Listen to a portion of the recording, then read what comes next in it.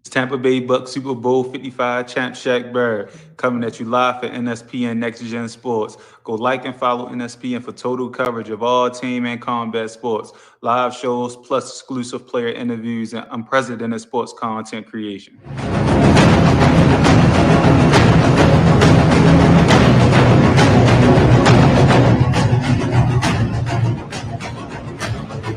Aren't you loving life in Tampa Bay? Nothing like being defending Super Bowl champs, Stanley Cup champions, American League champions. This is Outkick.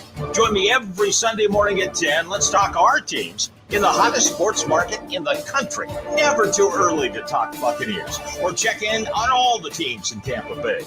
It will be your best hour of sports. The Outkick Show, powered by Guerrilla Marketing. Sunday mornings at 10 on 102.5 The Bone. Sports media has evolved. Introducing NSPN Next Gen Sports, your number one source for all team and combat sports. Live shows, breaking news, esports tournaments, and interactive sports content like never before. Like and follow NSPN on our Facebook page for your chance at this month's fan giveaway contest.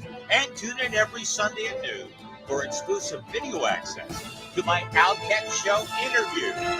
NSPN Next Gen Sports.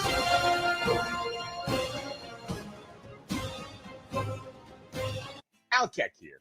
I have to tell you about my amazing pampered experience at Daniela LaCorey Styling Studio. First of all, I love what she did with my hair, but it's the entire experience that truly sets her apart. You walk in and chances are she's playing your favorite music because she is. She pours you your favorite adult beverage because she is. It's gone from haircut to a truly relaxing time only at Daniela LaCorey Styling Studio. Haircuts, men and women, full spa treatments, hair color. Get it all with Daniela. Check her out on Instagram at Daniela LaCorey or book her on the Booksy app at ladybarberdaniela.booksy.com. Tell her how Keck sent you and get $10 off your first service, plus neck and shoulder massage. Daniela LaCorey Styling Studio. Al Keck here for my friends at Family Lawn, Pest, Handyman, and Housekeeping. I'm all about saving money and saving time, especially when it comes to maintaining my home. These people are 4-in-1. One provider for my lawn, pest, handyman, and housekeeping. I don't have to call 4 different companies, receive 4 different estimates, have 4 different strangers come into my home and write 4 different checks. I simply call Roger and Paula at Family Lawn and Pest. Sign up for a year and leave the honeydews to them. Get a free estimate. Call 813-526-8111. That's 813-526-8111. Tell them Al Keck sent you and get $250 off your first year or 20% off your first month. It's Family Lawn and Pest and so much more. Medical marijuana made easy. See if you pre-qualify for your Florida medical marijuana card free of charge, 100% risk, obligation, and judgment-free with Fast Track Cannabis Clinics of America. You're talking Tampa Bay's #1 choice for compassionate care with business professionals. Discreetly begin your road to relief by dialing 813-358-CARD or visit www.mycannabiscard.com. That's 813-358-2273. And make sure to tell them that Al Keck sent you for $30 off new patient enrollment. Ask about military and senior discounts. Fast Track Cannabis Clinics of America. With uncertainty at an all-time high, securing what matters most has never been more important for your home or your office. Prevent disaster and make life easier. Try a security and home automation system from Alarm Engineers, Inc., Tampa's trusted leader for more than 30 years. State-of-the-art security systems, award-winning monitoring, and now full-spectrum smart home solutions. Alarm Engineers, Inc. has everything your home and office could possibly need and will work with any budget. Book a free security or smart home consultation today. Call 813-948-4000. That's 813-948-4000. And get your first month free by telling them Al Keck sent you. Alarm Engineers, Inc.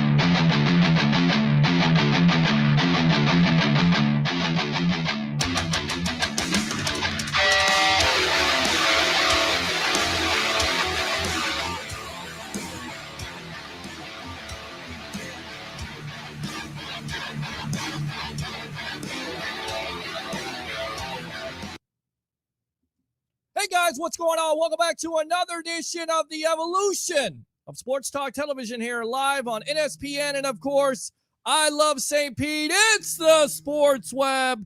I'm your host, Peter Blake, giving you something to think about. Yes, it is. It is Leo Haggerty. We'll get out to you in a moment. How do we start off the Sports Web on this Thursday night edition? Of course, Thursday night preseason football. No show tomorrow night. Bring the passion. Bring your excitement. Just don't bring any nonsense. On the show tonight, we'll have the legend himself, former Coach Scout and now media member of Night Sports Productions.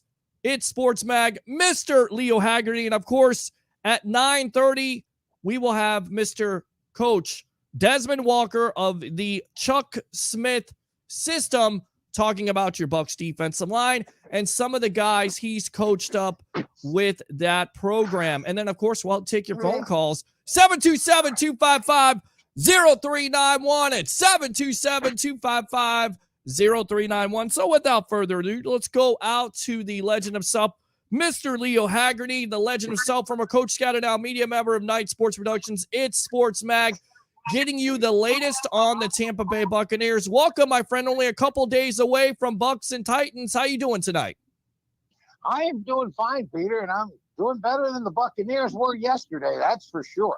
Well, let's talk about yesterday because much was made about the drop passes, although it seemed like the wide receivers were dominating the corners, and the corners are somewhat young. It was Butterfinger Day for the Bucs. Oh, Peter, no doubt. They were, I would say that they were 7 or 8 legitimate drops. Wow. You know, that it was right there. It was right on the numbers, and they were drops. There were 2 or 3 catches that were difficult that you expect a professional receiver to make every now and then. Mm-hmm. But there were 8 of them. It was just, and I mean, you could see the frustration building all over the place. And Coach Arians was not a happy camper, to say the least. Yeah, it doesn't seem like he really was. Today he was kind of happy, and it seemed like the Bucs came out because there were a couple fights. And well, you want to talk about that a little bit? Yeah, Peter, I said this. I think I may have texted you, but I said that, look, they're going to come out with a chip on their shoulder today. Mm-hmm. Don't expect to see some sort of extracurricular activity and start it right away in the one-on-one receiver drills. Antonio Brown got into it. Then there was a melee during the special teams punt period, and then it just escalated. And Peter, was more boys will be boys, and you got to understand that these are 2 of the most physical teams in the NFL. I mean, Mike Vrabel, his team personifies, and there's a semi-SAT word. Very nice.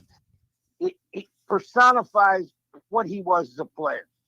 Just hard-nosed. And I'll tell you what, standing next to him today, if you did something wrong, he let you know it. And it was with some very colorful verbiage. So it was not for something you want a 3-year-old standing next to you. That's for sure. Well, that's for sure. And of course, Tom Brady and Mike Vrabel played together, of course, with the New England Patriots. And Brady had this to say on Wednesday. I think he's toned it down a little bit in his old age, although you're saying you heard some phrases.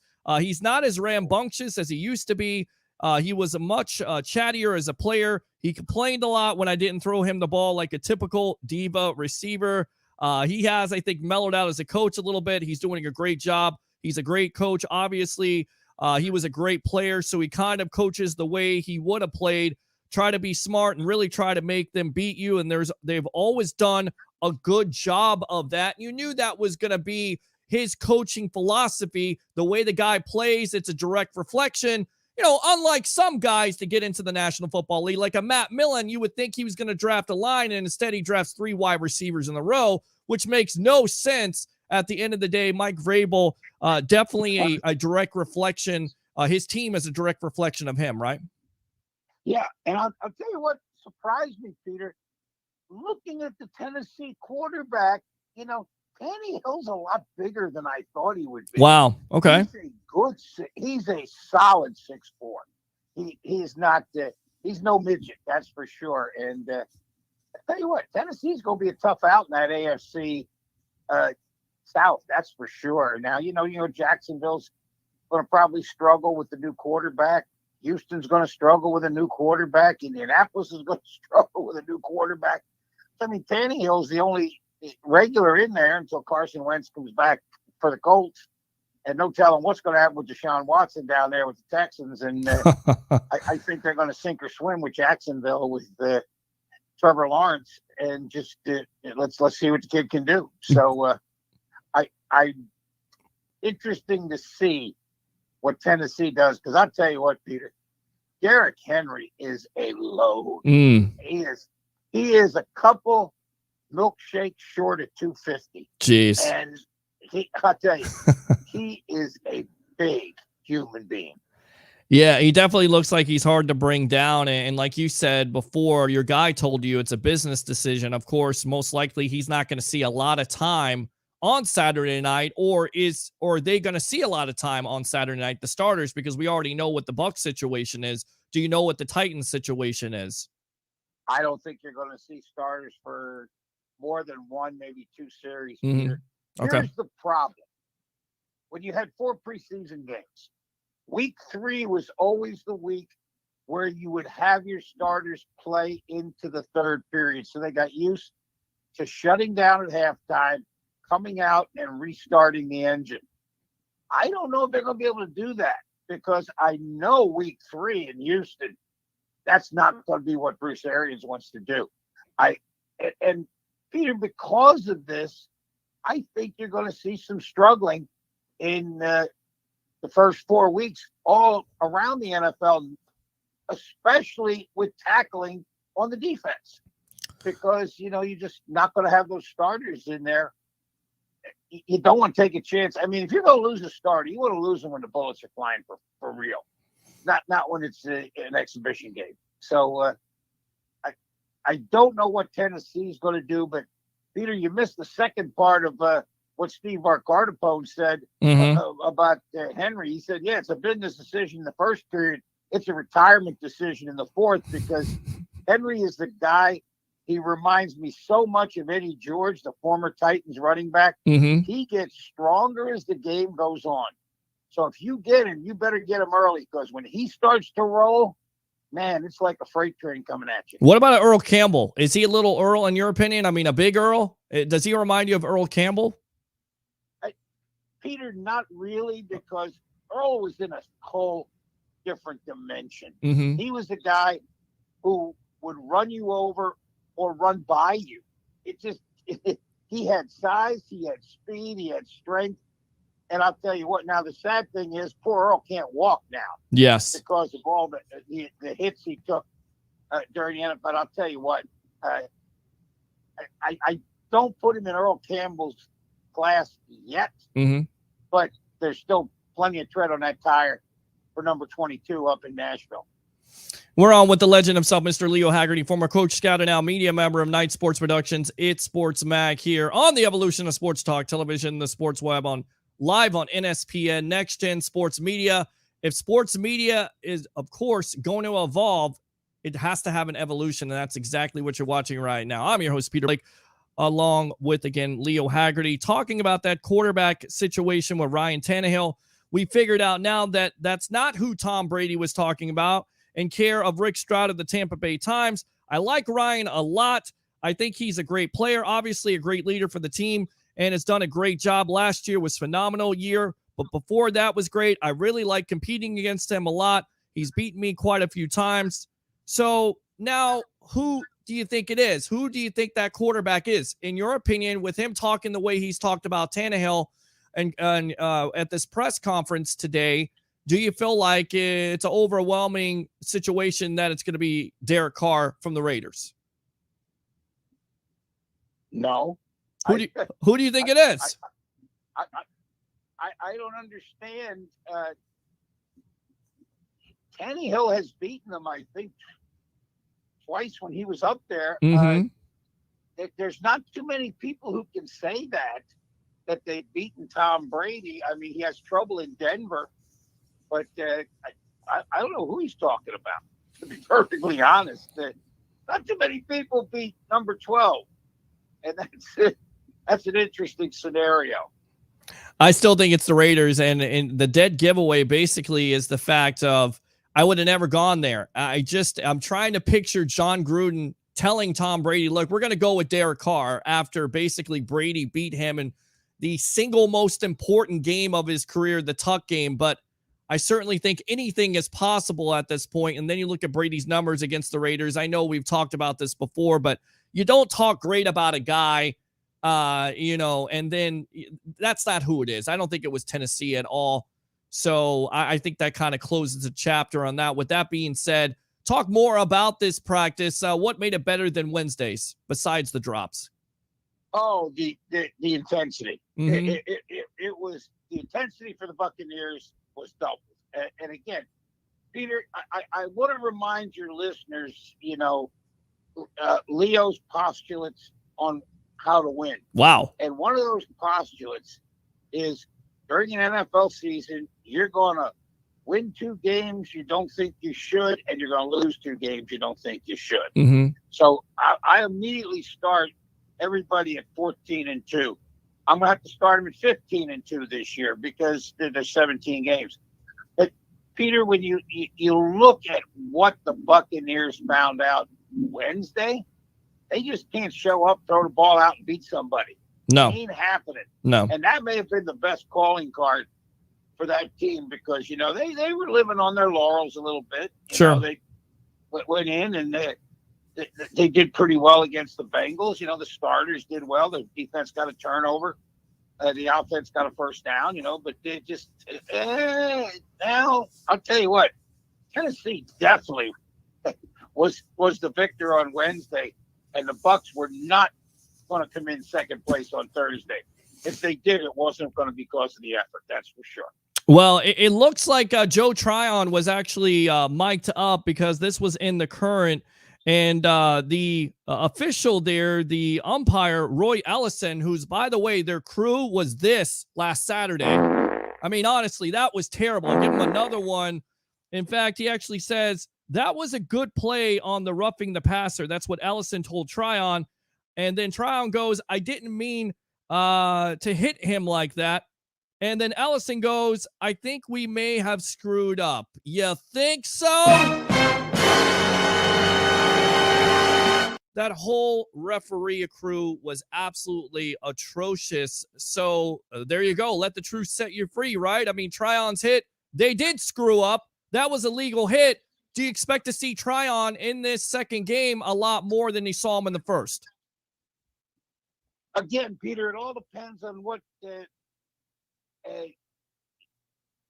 Coach Arians is planning on doing. And again, Peter, it's hard. They're in uncharted waters because they're short one preseason game. Sure. So I don't know what they're thinking in terms of how long they want to play the starters. I think it's definitely going to be determined by how long they think they want to play the starters next week. If they want to, and again, Peter, it was pretty physical these last 2 days with Tennessee, right, at practice. So I would expect. Well, I'll tell you, Peter, I would expect to see the starters for maybe 2 series, mm-hmm. and then the following week, man, I don't know. Poor Texans. I feel like you're going to see a whole half or most of that game with the first string starters, and what a team to warm up against versus the Houston Texans. We talked about the Watson situation. I mean, what do you make of this? It just keeps on getting worse and worse by the day. You hear about the FBI investigating him. Now you hear about the FBI investigating the other side of it. Could be some type of extortion. I mean, this is a mess. Does this get cleared up here in the next couple weeks? Is Watson playing for the Texans or another team in the National Football League? Or basically, are we still talking about this 2 months from now with him still being in limbo? Well, if I'm the Texans, I'm shooting them up and playing them. Okay. I don't know what they're waiting on unless they've been directed by the National Football League. Hey, don't put them in the game. Right. And then I would have to ask, okay, what's going on? Right. But Peter, usually where there's smoke, there's fire. I mean, look at what Trevor Bauer. I mean, the stuff he's being accused of is almost comic book-esque. Right. That somebody really does. It's like, okay, wait a second. This is a script for a porn film. Come on. Jeez, yeah. People don't do. Yeah. It's crazy. It's completely nuts at this point. The hardest thing the NFL has is right now is if you got 2 consenting adults, and somebody cries wolf later, they gotta sit there and go, okay, this guy's innocent until proven guilty. Right. And that may take a while. So, Peter, we may be 2-3 months down the road, still wondering what's going to happen. I'll tell you what, let's go out to the webheads here. Troy Polamalu, King Troy, Trojan Legend SC, Bunting, and Davis won't be on the final 53-man roster. This is what I got to say to you.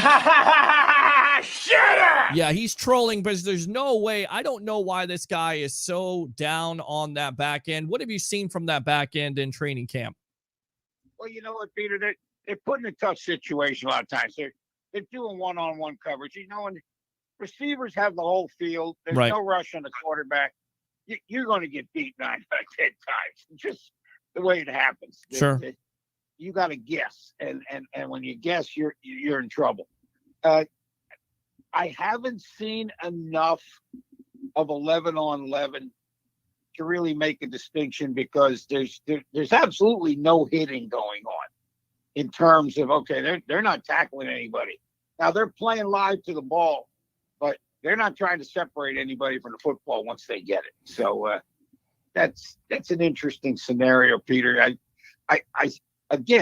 I think the first 4 weeks of the NFL season, you're going to see some surprises because some teams just aren't going to be ready. Yeah, I mean, I think the Texans are one of those teams that are not going to be ready depending on whatever happens with their quarterback situation. That just makes it worse. But the talent, the Lions, I don't think they're going to be ready. They're going to be ready to lose games. I want to go out to these comments, and then we'll talk around the league here about these young quarterbacks. And then Mr. Tim Tebow, Sports Web forever. You won't see me selling out to Pewter Report like some guys we know. Hey, man, he took the opportunity. He didn't sell out. What happened to that one guy, Clay Grenady or something? I don't know what you're saying. Mark Mancini says, what a great show. Keep up the great work. Thank you very much. Let me give you a Ric Flair woo right there. Let's go out to Christopher Cole. Hey, Pete, what's up? And Mac Jones doesn't look healthy tonight. Uh-oh. But you know who did look healthy? It looked like Cam Newton, 8 for 9, believe 109 yards and a touchdown. So he came out sharp. So where do you stand on this quarterback situation? In your opinion, is it Cam Newton, his job to lose, or is it going to be Mac Jones? Is Bill Belichick going to surprise us? I think you go with Cam Newton until you think Mac Jones is ready. Okay. And again, Peter, usually it's the week after the bye week. Sure. 2 weeks to get ready. Sure. That's the modus operandi from these people. I think the only 2 guys you may see start right away are Wilson and Trevor Lawrence. Trevor Lawrence. That'll just start from day one. I don't think Fields is going to start. I think they're going to let him sit and marinate a little bit to see what's going on. And we'll see what happens there. It's just San Francisco, I think, is the most interesting situation because I don't know. I think the leash is very short on Garoppolo. Mm-hmm. That I don't think management and coaching thinks he's the guy to take them to the promised land because he was there and didn't get it done. Right. And whether it was his fault, whether it was somebody else's fault, whatever, but they didn't trust him. In fact, when they didn't take a timeout at the end of the first half and just let the clock run out, you see John Lynch up in the booth signaling timeout, timeout, timeout. Come on, we can run some more plays. And Boy Genius, the head coach there, he just he lost the Super Bowl in Atlanta. He lost the Super Bowl in San Francisco. He's 0 for 2 so far. So. Yeah, you're exactly right. And my point is, look, if you're going to draft a quarterback in this day and age, you have to play him right away, in my opinion. I get it. Patrick Mahomes sat for 1 year, but you had Alex Smith. Jimmy Garoppolo, yes, he's won with the 49ers, but he can't stay healthy. You could see the flashes of brilliance with the Trey Lance, 5 for 14, 120 yards, although a lot of that's 80 yards on the 80-yard play, but you could see his mobility. You could see he's got the arm strength. So how long does it take, in your opinion, for a guy like that to start eventually? Or did they just go with Garoppolo, and then once Garoppolo gets hurt, then you put in the backup quarterback? That may be what happens, Peter. You may have hit the scenario on the head there. Okay. But again, check the bye weeks. That's when a lot of times you'll see these rookie guys, because now they got a week to get ready and there's no game. So they got 2 weeks from the last game to that game. Now, again, if San Francisco's 4-1, mm-hmm. if Chicago is 6-2, whatever, when they come by, it'll be a hard time replacing somebody then. Sure. It just you gotta have a plan, and I think the plan is okay. If we're struggling, then we can go. But if we're not, we're gonna have to sit. Remember, how long did Aaron Rodgers sit in Green Bay? Couple of years, 3 years, right? 2 years, 3 years. Yeah. 3 years. And it took a lot away. But I tell you what, he was ready to play then, and. You are not. I don't care where you're coming from. Right. Trevor Lawrence is not ready to play in the NFL. Wilson is not ready to play. I mean, they're going to be again. The guy who showed the most was a guy like Dan Marino, mm-hmm. because he went to an established team. He went dropped all the way down in the draft. Peter, a question for you. Sure. Peyton Manning, what was he his rookie year? Well, he what did he throw? Something along the lines of 28, 29 interceptions his first year. He was second overall pick, of course. Ryan Leaf being, he was the number 1 overall pick. Ryan Leaf being 2. Leaf struggled, and Manning struggled to a certain degree. And then the next year, they got weapons around him, and he really flourished. Yeah, what was his record as a rookie? Do you know that? It's let me hit you with it. 313. 1-15. 1-15. You're right. You're exactly right. 1-15. So yeah. Here's a guy who spent 4 years in college. Mm. Probably had a leg up on everybody else because he could go, "Hey, Dad, what's it like going up there?" I mean, his dad was a tremendous quarterback at Mississippi, and then with Saints, and he was god awful his rookie year. Right. Again, the biggest change you see is the speed on defense. Everybody can run, not just the 2 or 3 guys. And you're throwing the ball into extremely tight windows. And that takes a little bit of coaching. And the only way you can find it out, Peter, is to play. Yeah. So when you look at these guys, it's going to be a long season for some of them, but they're going to get better. If they can stay healthy, look for the Jets to get better next year. Look for Jacksonville to be better next year. The Bears should be better next year.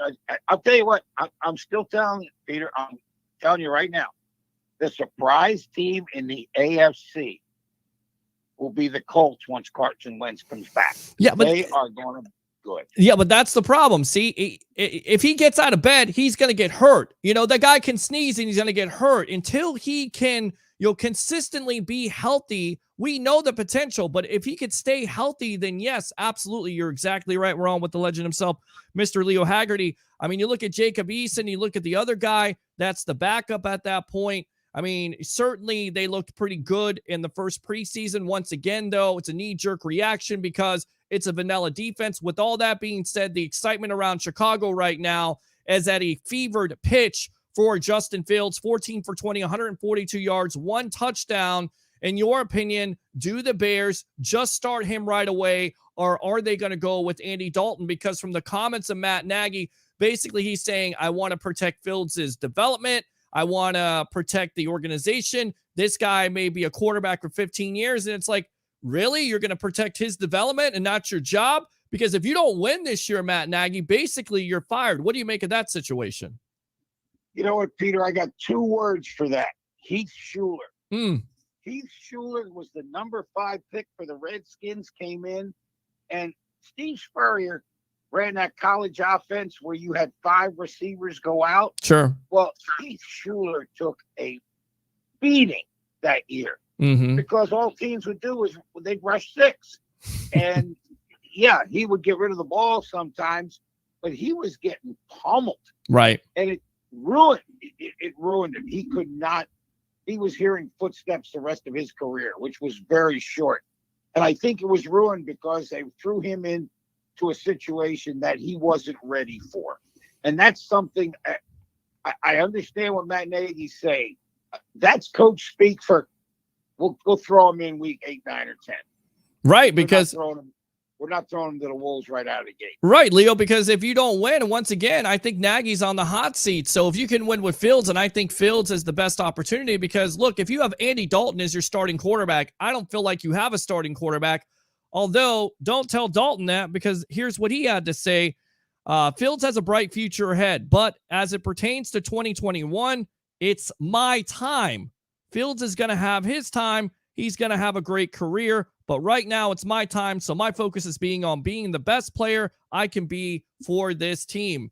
I mean, some real ballsy comments there by Dalton, but here's a guy that to me is inconsistent. I don't think he's a starting quarterback, and I'm not sure if he can get it done. And I think Fields, with that offensive line being in disarray right now with all the injuries, he gives you that mobility factor where you actually have a chance on offense to make some plays and also keep that defense accountable. Is that fair? Peter, that's very fair because if you go back to Philadelphia last year, the reason why you had to put Carson Wentz down and bring in Jalen Hurts was because of the offensive line. Right. You had to give your team a chance, and Carson Wentz wasn't going to be able to escape what was coming at him like Jalen. Jalen Hurts gave you a better chance to win.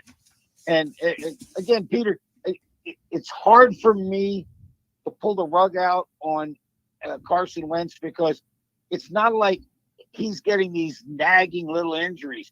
I mean, the Rams basically separated his leg one year. And Javon Clowney, I'm still amazed that hit did not even draw a penalty, which I still – the guy's laying on the ground, and he comes in and spears him in the back of the neck, and no penalty. I mean, if they'd have done that to Tom Brady, Javon Clowney would have been out of the league because that's crazy. And again, if the guy was coming up, with a dead arm, sore shoulder, and all that other good stuff, sure, Peter, then I'd agree with you. But these are injuries. They're not just little hurts because the first thing they'll tell you is the trainer asks you, are you hurt or are you injured? If you're hurt, you find a way to play. If you're injured, hey, you're in the tub.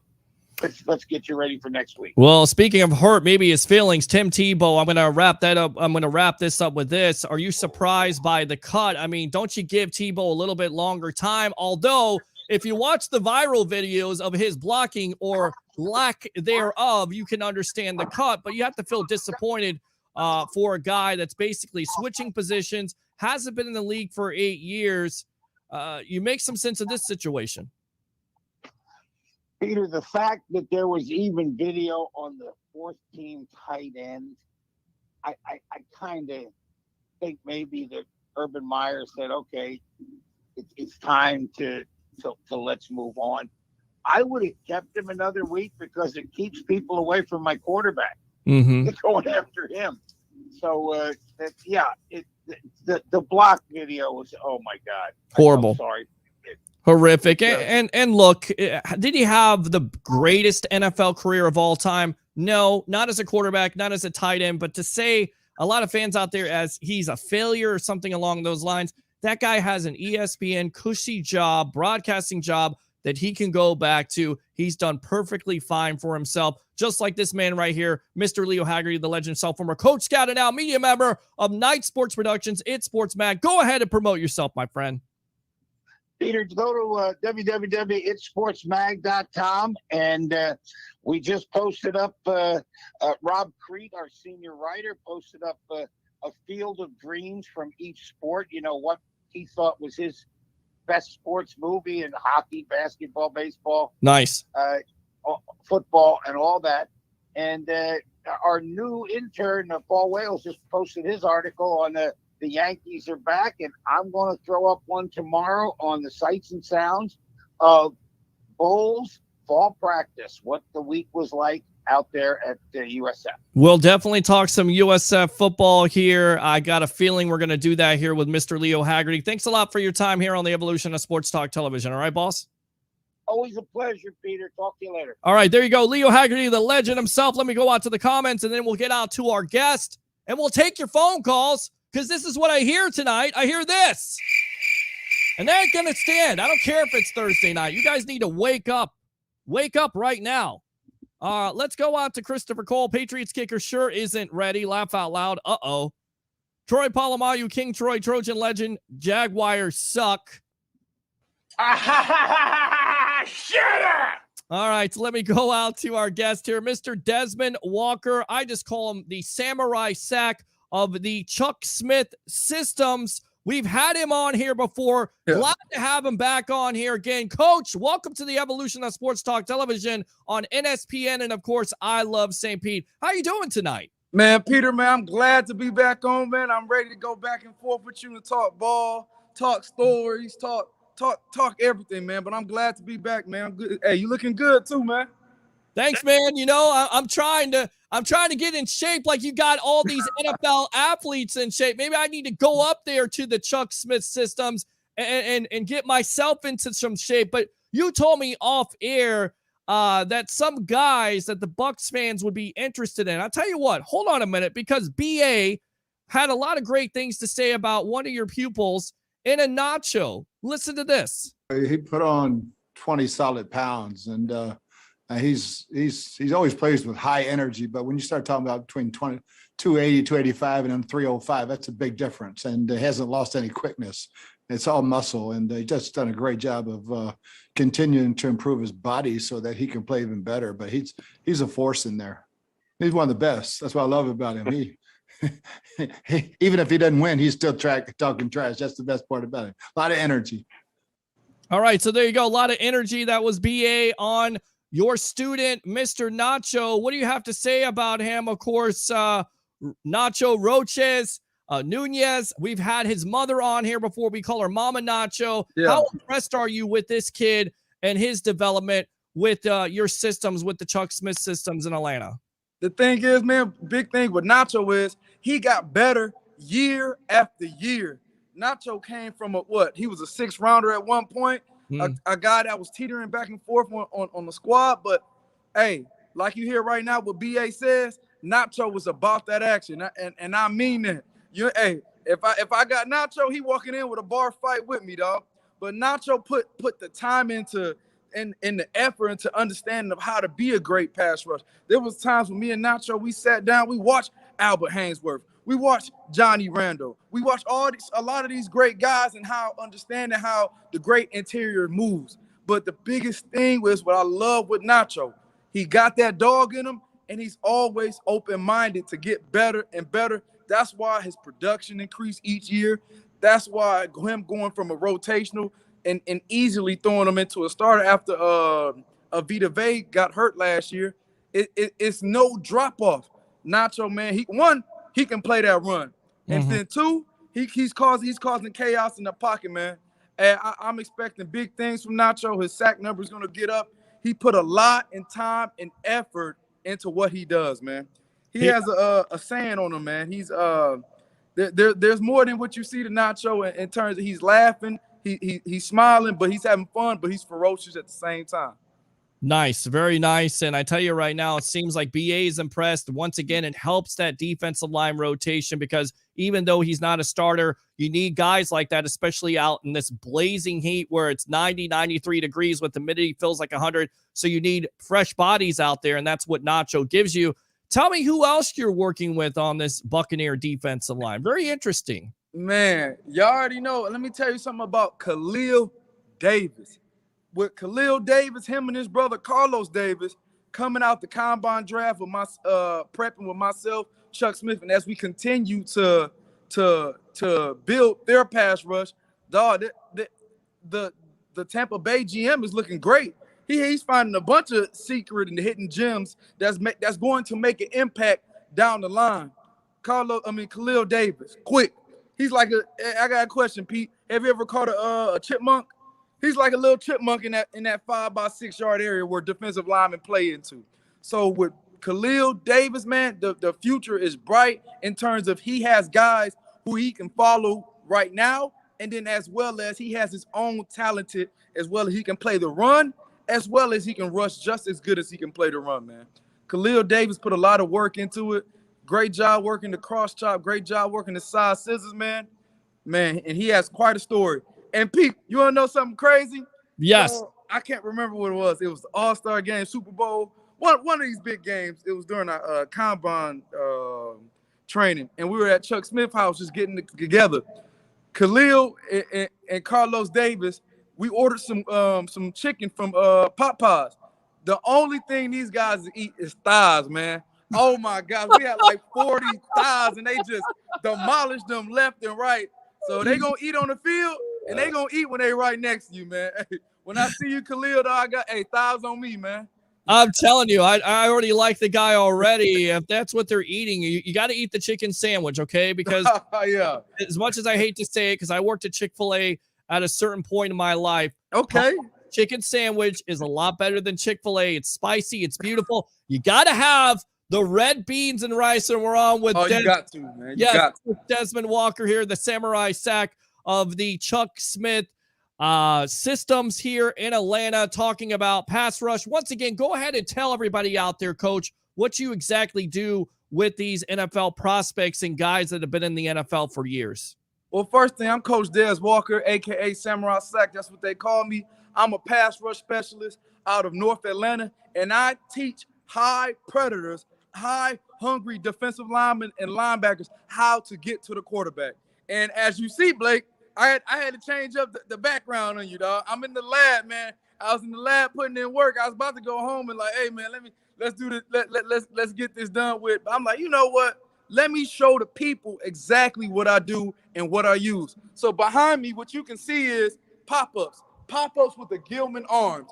Do you see these arms right here? Yes, when I do. Linemen feel threatened and pass rushers attack them, they start to shoot their hands. So what I do, I teach guys how to work pass rush moves in a tight end space using vision, using get off, and using hands and hips. So just like a boxer, you got what is it called? You got shadow boxing, you got sparring. These are the sparrers that the pass rushers use and that I use to teach them when to use pass rush moves, how to use it, and most importantly, when you're at the NFL level, even college level, how to fix yourself when you're in the funk. I work with players all the way down from guys like Justin Houston, all the way down to guys and youth players who ain't never had a sack in their life. So I see all aspects of football. Ultimately, I'm a teacher. When you come to me purely because you want to increase your production, get results, and get after the quarterback. Love it. Love it. Coach Des Walker there, the samurai sack, showing us a demonstration. I feel like there's going to be a time where you bring some players on the show. Oh, yeah. Hey, Joe, don't tell all my secrets yet, man. One week at a time, Blake. One week at a time, Peter. Yeah. All right, I like it. A little tease there for you guys on NSPN. Of course, I love St. Pete. It's the Sports Web. Once again, I'm Peter Blake, giving you something to think about. You also told me about another defensive lineman that you're working with. He made a play. He made a flash play. He absolutely pounded that running back into the backfield. What's that guy's name? Elijah Ponder. Y'all didn't see it coming, but I saw it coming the day I started working with him, man. Elijah Ponder came out of the University of Cincinnati. Obviously, last year when guys were paying attention to college football, Cincinnati had a lot of talent come through and a lot of impact going into the season. With him, he was originally a 4-3 defensive end, but hey, Tampa Bay converted him to a 3-4 outside backer hybrid DN. So now the biggest thing is when you see guys who get picked up in the later rounds and there seem to be secret gems, these guys that show versatilities are the guys that teams pick and keep on the 50-man roster. He throughout college, he played the 3-tech. He played his hand in the dirt. Now you see him playing right next to Tyron, playing right next to Joe. He's standing up. He's making plays. He's using swim moves. He's cross-chopping. Man, it's like in America, Peter, we're addicted to these underdog stories. Mm-hmm. You know what I'm saying? These come-up stories. You got Raheem Nunez, 6th round, Super Bowl champ, coming and making a roster and making an impact on the Tampa Bay team. You got Khalil Davis. Honestly, what I call a situation where they went to the wrong school in terms of being in Nebraska. They should have been somewhere like Ohio State where they're rushing, getting upfield. These guys are great athletes, man. And then obviously my man's right here. We're talking about Elijah Ponder, man, another gem and another guy that, the Bucs should keep. But if the Bucs do not decide to keep him, he would for surely be employed in the National Football. He's transformed his body. He can play the flats. He can use his move. He has great angles, and he understands what's going on in the defense. He's smart, and those are the players you would like to have in your rotation. Dez, what is the biggest adjustment to what you said, 4-3 to a 3-4, in your opinion, for a young defensive lineman like a Ponder? Okay. Like a Ponder, man, the biggest deal is when guys switch from having their hand in the dirt and standing up. One thing as a pass rush specialist, I teach them based on what foot should be back. There'll be times where you'll see Shaq Barrett will have his outside foot back. That means the foot that is furthest away from the ball being back when they're in the base 2-point stance. There'll be times where you'll see guys, defensive end, playing with their near hand down and their near foot back. That means their closest foot to the ball is back and their hand closest to the ball is down. Those different scenarios in your alignment and your technique changes the amount of steps of how you work pass rush moves and attack against the run. So when guys are usually guys who can stand up, they have great hips. They can come out their hips being quick off the ball. Not many guys can actually stand up, which is crazy. Now, guys that are down, there's nothing wrong with being down. Like we just saw with the Olympics in Tokyo. When you see track athletes, do they stand up or they're down? Point exactly. You're faster when you're down, but it's okay. But those guys like Von Miller, Khalil Mack, Shaq Barrett, JPP, those guys, Bud Dupree, those guys that can stand up and still get a quick get off, they just have great hips, and there's nothing wrong with that, man. If you can play a defensive end, the only difference between you having your hand down and standing up is no difference. It's just the understanding of which foot should be back based on your scheme, man. Yeah, I mean, what's the biggest difference? What's the progression like for a Nacho? What has made him so effective now? What has changed with him? What has changed with the Khalil Davis and Ponder? Mm-hmm. And what's the biggest adjustment for those guys? What do you think they still have to work on at this juncture in order to get to that next level? Big Nacho, I'm gonna start one at a time. Let's go, my man's Raheem. My man's Nacho. First thing first, he's always putting in that work. I tell him every time we're in the lab in the gym for these past 3 years, man, Nacho, man, you work so hard. You got every single right to be confident. He has it, and he's gonna show it. And I guarantee you that once he shows it, oh man, you got another guy you might need to pay further down the line. I got you, my man, Nacho. But yeah, Nacho, man, working his move, attacking with his moves, man. He's ready to take that next step, But just like everything else, opportunity is a thing that everyone needs. You feel me? Next thing, let's go to Khalil Davis. Khalil Davis, hey, at any rookie at any position to come into the NFL and win a Super Bowl is like dang, it's like what else can you do if per se in terms of winning? But when you're in that situation, you're able to learn from veterans like Sue. You're able to learn from veterans like Avita Vea. You're able to learn from veterans like William Gosselin. So you have a chance to sit back, watch. All right, the game starts to slow down, not from a standpoint of everyone's faster. It's like this. Let me tell you about this, where I'm about to get to. Peter, do you golf? I do not golf. Okay, I tell you, the first time I actually tried to swing a club, I thought I hurt my shoulder, and I was trying to impress a woman, and it didn't work out too much. In fact, there was no more date after that. Go ahead. Okay. That's hilarious. To get to my point, when I started golfing during the pandemic, so when I was finally at a point where I was getting contact on the ball, what's the next thing I had to do? I had to learn how to find the ball. I didn't know where I was looking. I was hitting the ball. I was trying. It's not the fact that the golf ball was going so fast. It's just as time comes, as experience comes, you understand where your eyes should be, and that's how the game starts to slow down. Very nice. Very good stuff. I like it a lot. I tell you what, let's go out to BA and his comments about Ndamukong Suh here on the evolution of Sports Talk Television. Here we go. Tremendous leadership. I mean, teaching guys how to handle themselves. He's helped Vita a ton with his diet and things like that. And Suh's a lot like Brady. He knows how to take care of his body. He's got a regimen, and he talked me into it when we signed him. And then the way he plays, I'm not changing his regimen. That's for sure. He knows how to get himself ready for Sundays. And Suh's one of those guys that he's going to answer the bell every time. Just get him there. Now, Coach, all we heard about, welcome back to the evolution of Sports Talk Television on NSPN. And, of course, I love St. Pete. It's the Sports Web. I'm your host, Peter Blake, along with Coach Des Walker here, the samurai sack of the Chuck Smith Systems out of Atlanta, Georgia, pass rushing specialist. We talk about Suh. Is that one of the guys that you have the other prospects watch? Is that the type you talked about, Albert Hainsworth? Is Suh one of those players? And what does Suh still do well that's getting him paid with the Tampa Bay Buccaneers? I feel like with Ndamukong Suh, there's been one time in his career where he wasn't nearly the best defensive lineman or arguably. This is probably the second time, and it's that time when he paired up with Aaron Donald back when they went to the Super Bowl.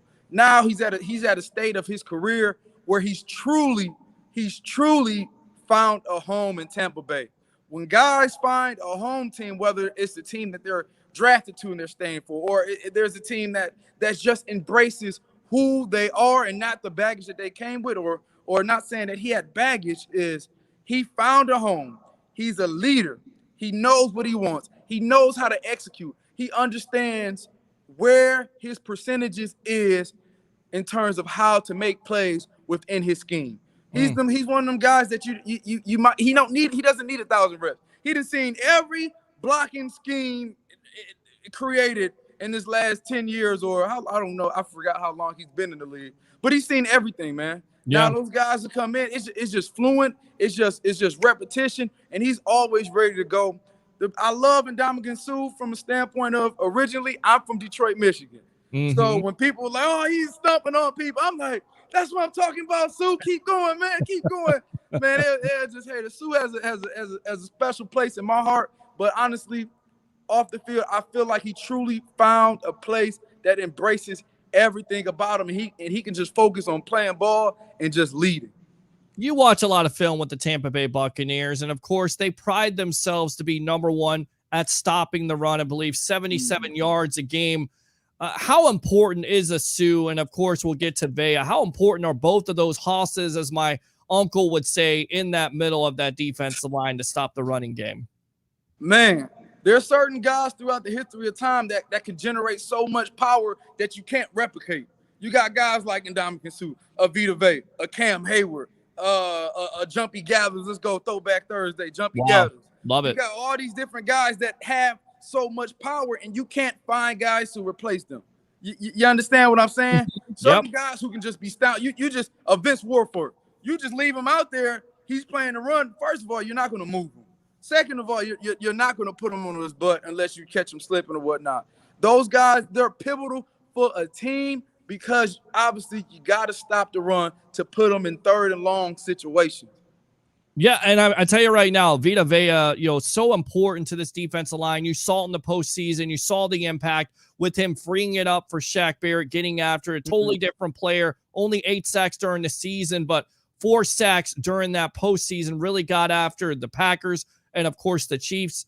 How important is he to that defensive line? And do you feel like Shaq from 2 years ago can basically have that same type of year, or even a JPP? Because both of those guys right now are healthy, they're motivated, and of course, with Vea and having a Sue in the middle, you feel like they can, take up those double and triple teams and free up those guys from the edge. Here's something I want you to take an insight on in terms of answering that question. Vita Vea was a huge pivotal player in that Super Bowl winning game. Mm-hmm. So Vita and Sue were actually playing a lot of defensive end during the game. Wow. They were playing defensive end. So imagine this, you got a 330 or 320 pound player taking off full speed, bull rushing you every single time. Bam, bam, bam.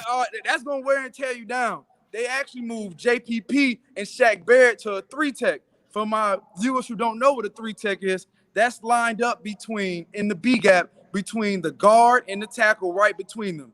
So obviously throughout football, the guards don't have as great feet as the tackles.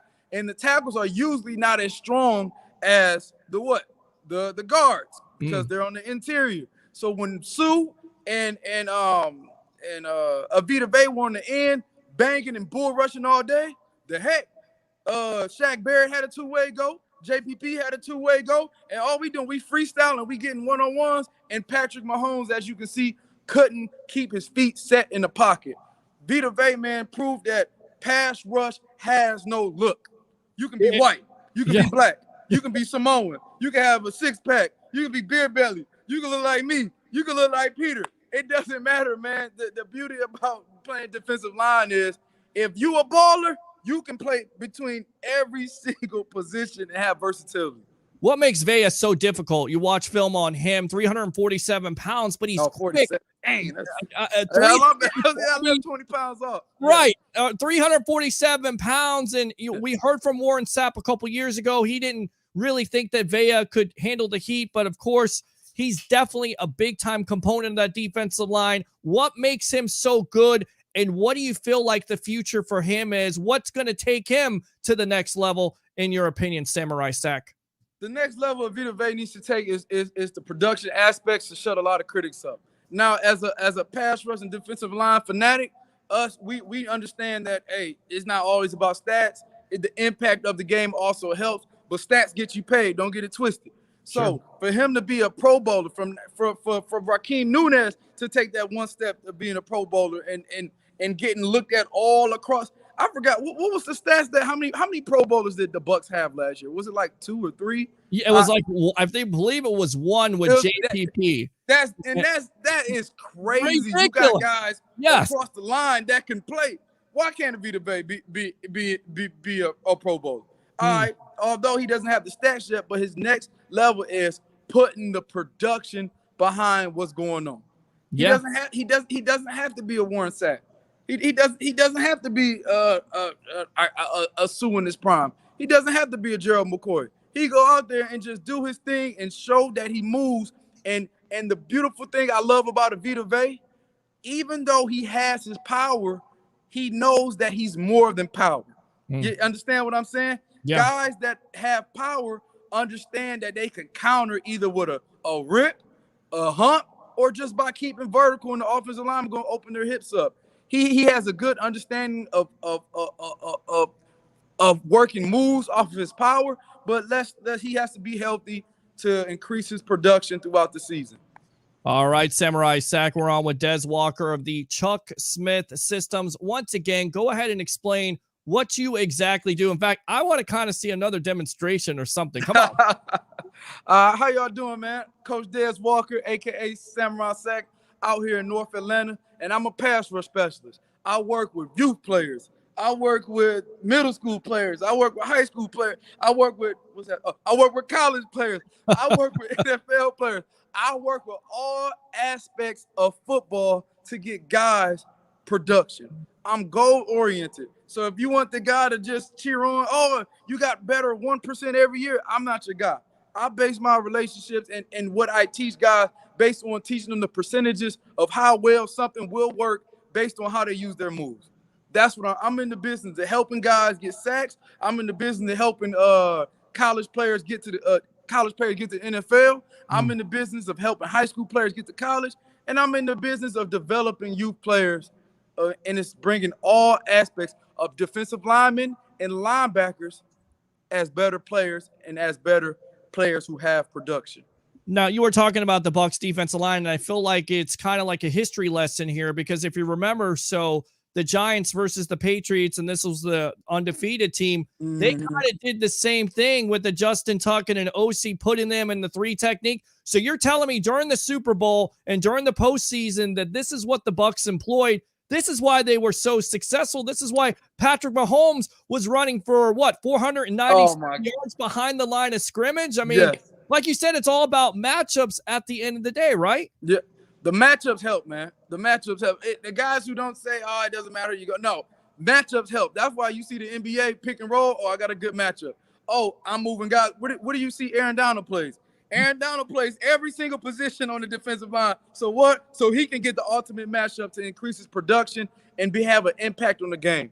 You got when you have guys who are versatile and able to play all across the line. No offense, Bucs fans, you don't. Guys like Gerald McCoy, he played on one side his whole career. Mm-hmm. So in terms of creating the ultimate match, no, he did. Don't get me wrong. Gerald McCoy is a beast. But in terms of maximizing your potential and your production and making it easier for a defensive coordinator, you need to be able to have the versatility to be able to rush from every single spot down the line. You mentioned McCoy, and the debate always rages on. It's between Sue and McCoy. A lot of people said Sue couldn't bring that leadership, and of course he's done that. And I always tell Bucs fans, look, the reason why the Bucs picked him up, he was a defensive fit. Gerald McCoy's more of a 4-3 guy. What do you think of his ongoing production with the Raiders? How good is he going to be for that Raider defense, in your opinion? Well, Gerald McCoy, man, he still has juice left. I believe he's in his is it 11th year or 10th? Same year. I think it's 10 years. You were right about it. They came in. Here's something I want to revitalize. I don't know, our young. Let me talk to the people, the young viewers, the old viewers, this and that. You know how all these guys retiring early, and all these guys are, feeling old, or they're veterans after 6 years.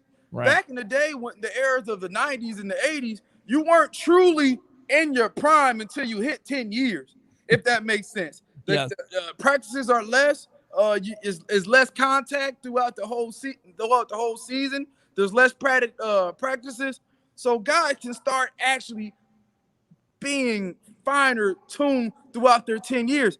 I've seen him in this gym. He still got juice left, and he has Yannick Ngakoue on one side, Solomon on the other side, Max Crosby on the other. Man, that what's the other guy? Number 9, not number 9.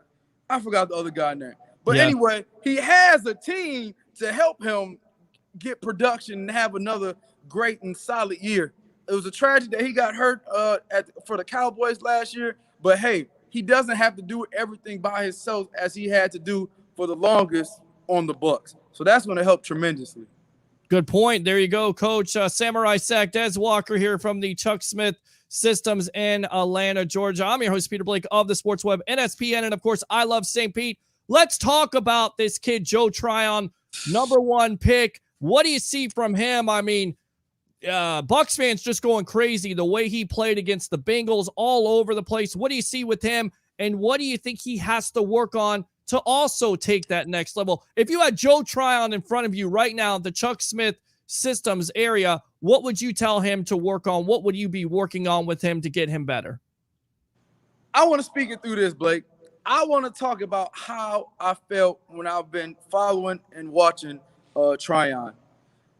Him being a top pick in the organization, the expectation is he's supposed to do what a top first round, second round, or third pick supposed to do. They're supposed to have impact. They're supposed to do this. They're supposed to be great players. They're supposed to be guys that you can sit on your team for 8 or plus years on your team.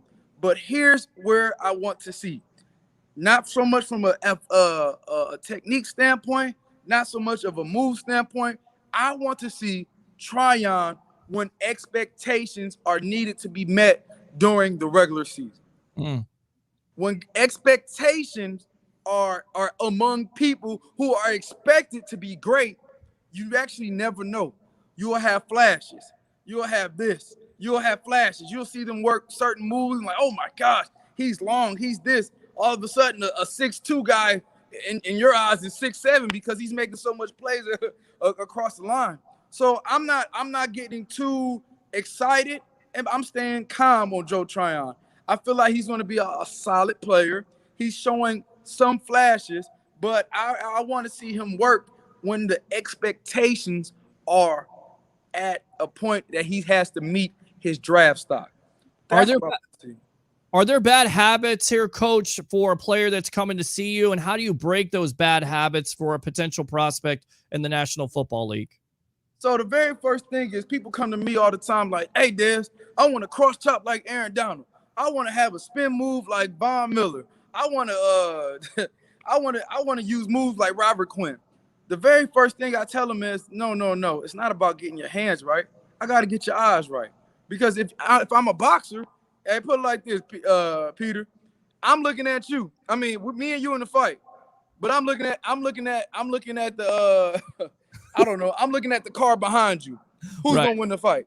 Right. Point there and said a lot of guys go into a situation and they're blind pass rushers, or they're blind guys unable to use their hand or have hand placement throughout the run.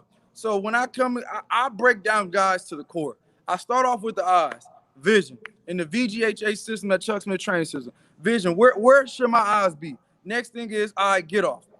It doesn't matter how fast. I don't care how fast your 40-yard time. We see the Bosa brothers running between a 4.8, 4.9. Doesn't matter how fast you are, man. Next thing is get off. Next thing, talk about vision, get off. I got hands. Understanding where to work the moves, how do you work the moves, when exactly where to put my hands when I work the moves.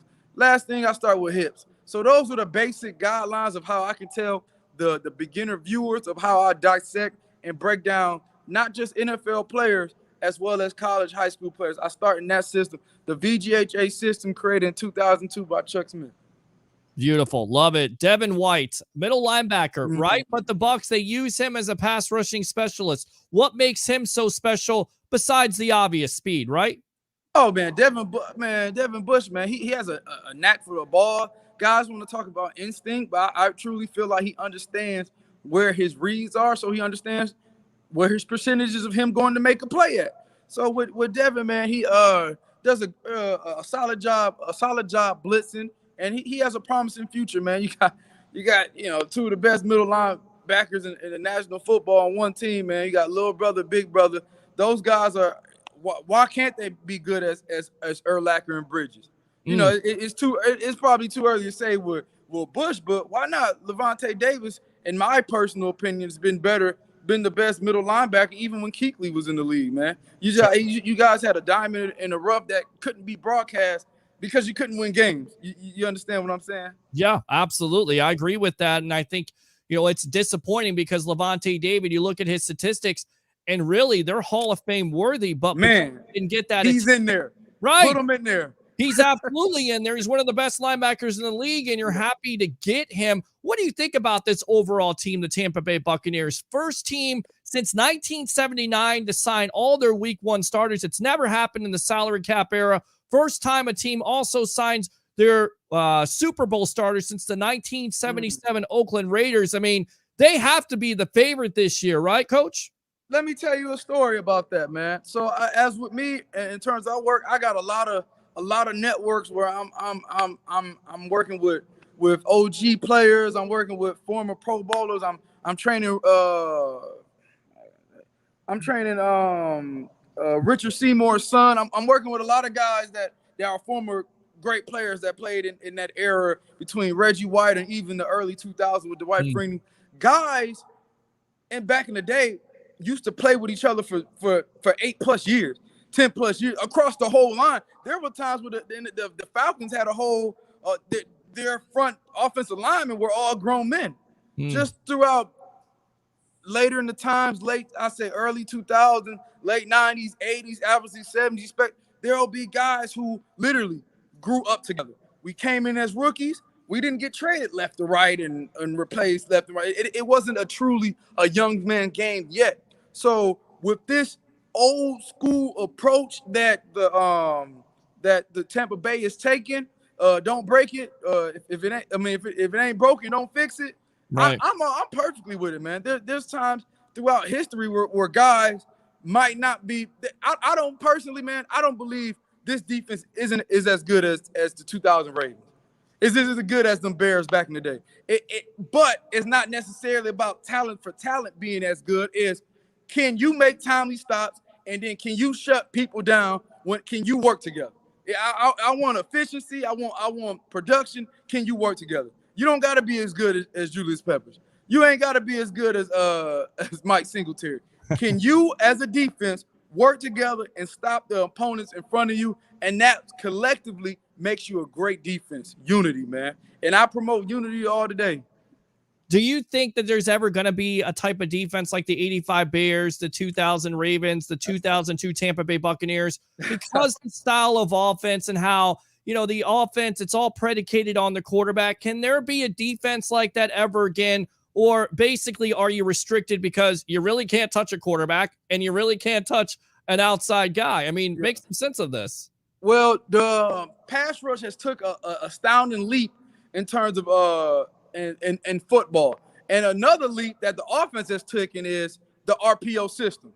So another thing with me and Chuck and a couple, I think Bob Winfield, we were all talking. We were like, hey man, what would Reggie White have done to pass rush in the RPO situation? What would Trent Cole have done? What would just name it great what would Michael Simeon Rice have done?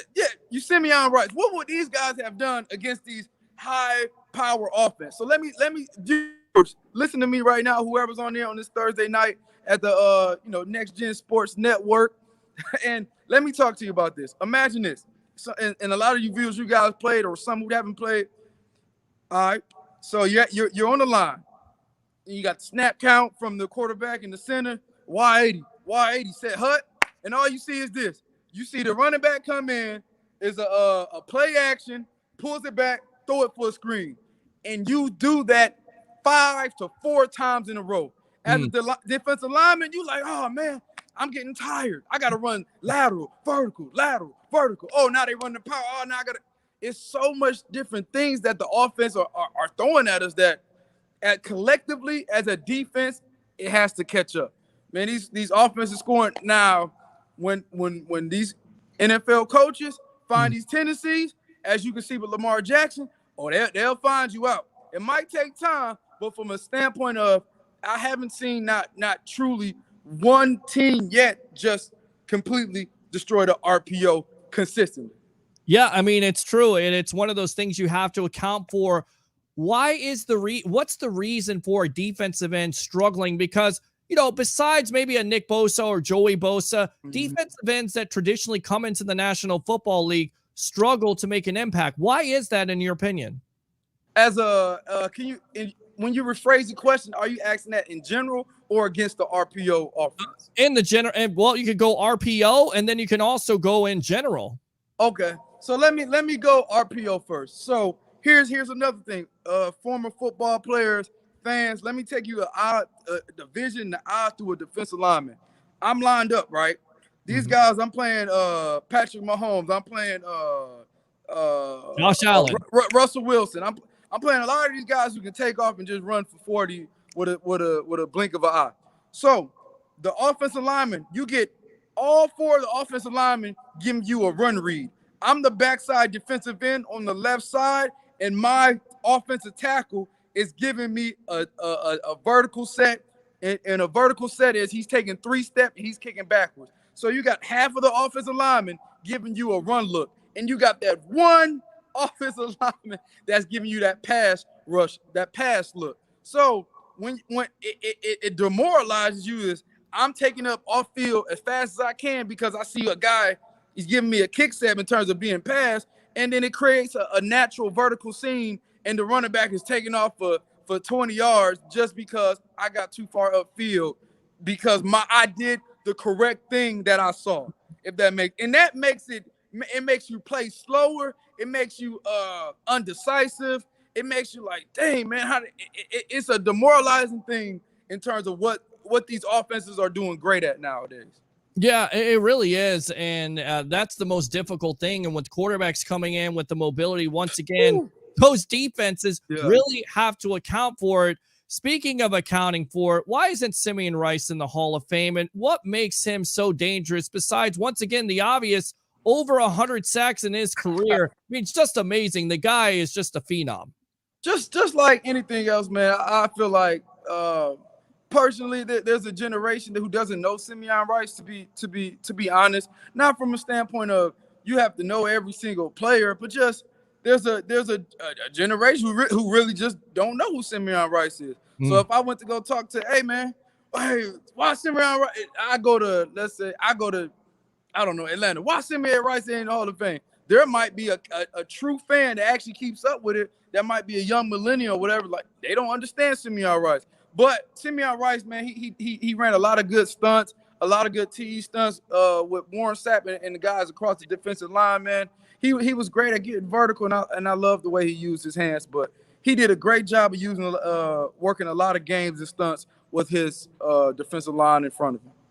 Yeah, and I think, getting after the quarterback is such a specialty. So you would think a guy like a Rice, and people say, well, the guy didn't play the run. He played the run enough. And I remember one of his particular games, and he used to really dominate a Donovan McNabb. It was the NFC Championship game. He had so many moves. It was just ridiculous. And he always absolutely hampered a McNabb. With all that being said, who else have you trained around the league that we should watch out for this year, Coach? Let's talk about this. Y'all, I know y'all Tampa Bay fans. Y'all saw Grady Jarrett go crazy. Grady Jarrett is about to do work this year. I'm sorry, man. Wait a minute. Wait, you said Grady Jarrett's about to do work? Oh, here we go. Oh, I guess that's my first one of the season, man. That's all right. I know a lot of Bucs fans don't necessarily want that, but of course, he's improving. He's still young. What makes him so dangerous on that defensive line for the Atlanta Falcons? All right, let me tell you this. Let me take another inside football fans, Bucs fans, or fans of all sports or whatever. Let me tell you this. There are certain levels of motivation you have when you're playing sports. Stay with me. I'm the little kid. Let's start off from youth all the way up to the highest level. I'm the little kid. I just want to be good so I can make my football team. Next thing, I'm the middle schooler. I want to be great so I can be great at high school, and I'm the high schooler. I want to put the work in and be great to be able to have a chance to decide what school I want to go to. Next thing, you got college guys. You got college guys that are busting their butts and have motivation to get to the NFL.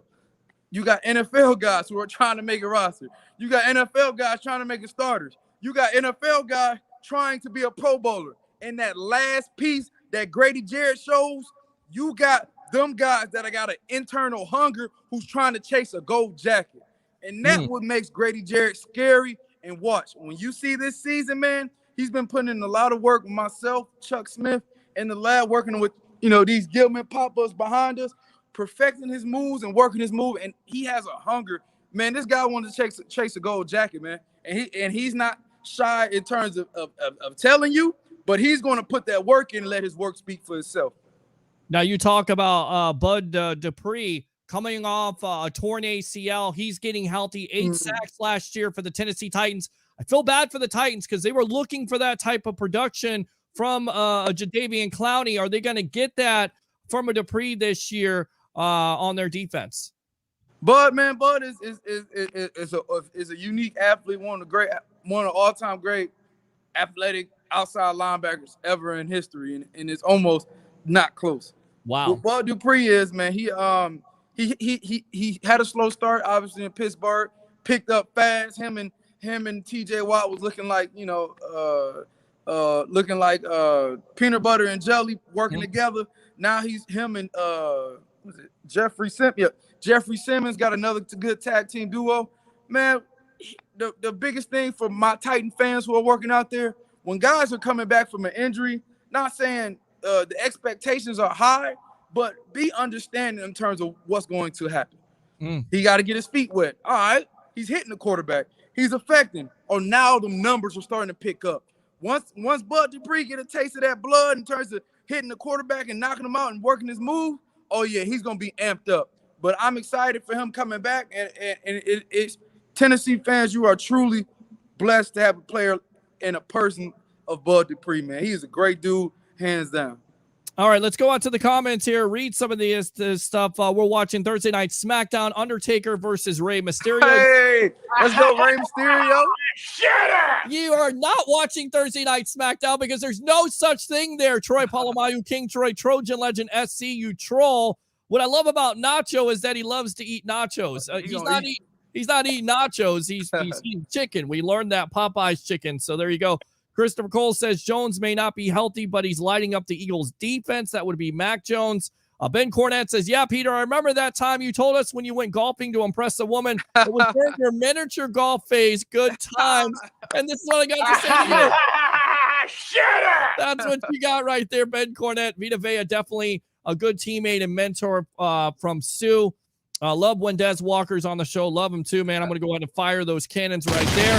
And, of course, we'll give him the woo. Yes, let's go out to Eric White, LFG, absolutely. And Ben says, honestly, guys like Dwight Freeney, Jared Allen, and John Abraham are more worthy Hall of Famers than Simeon Rice. Hey, he got a point. He got a point. We'll make this point here. Hey. Longevity-wise, I mean, they still get after the quarterback. It seems like they were around forever. Yeah. What makes that point more than a Rice? That's a good point. Okay. Ben Cornett was on it tonight. Why are those guys so special? Why are those guys more special than Rice? Honestly, can you pull up the comment back up so I can read it? Absolutely. Yeah. Okay, guys like Dwight Freeney, Jared Allen, come on, Abraham.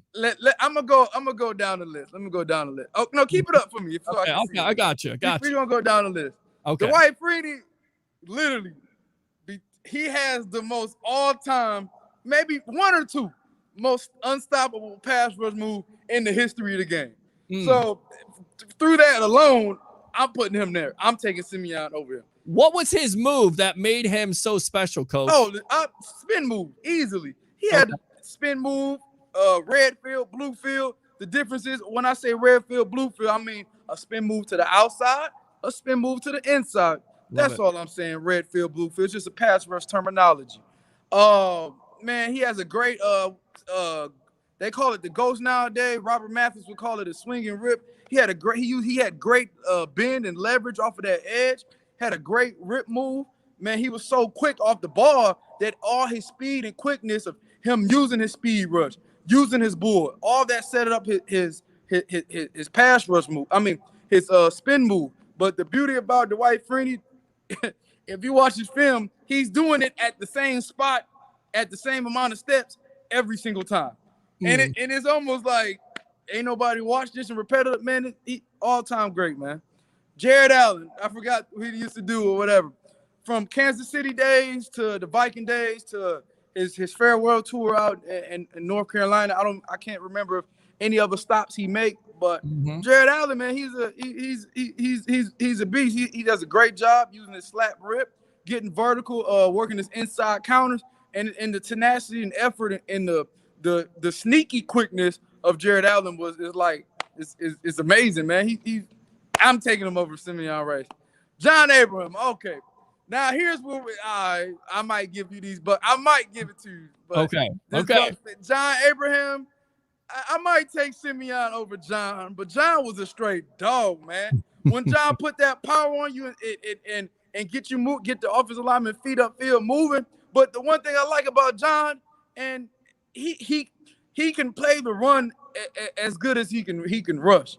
So it wasn't, some guys, they can rush, but they're not really as physical in the run. But usually when you're a pass rush guy, your TFL numbers are going to be up as well because you're always trying to get vertical. You understand what I'm saying? But that physicality, that dogness, I love in John Abraham.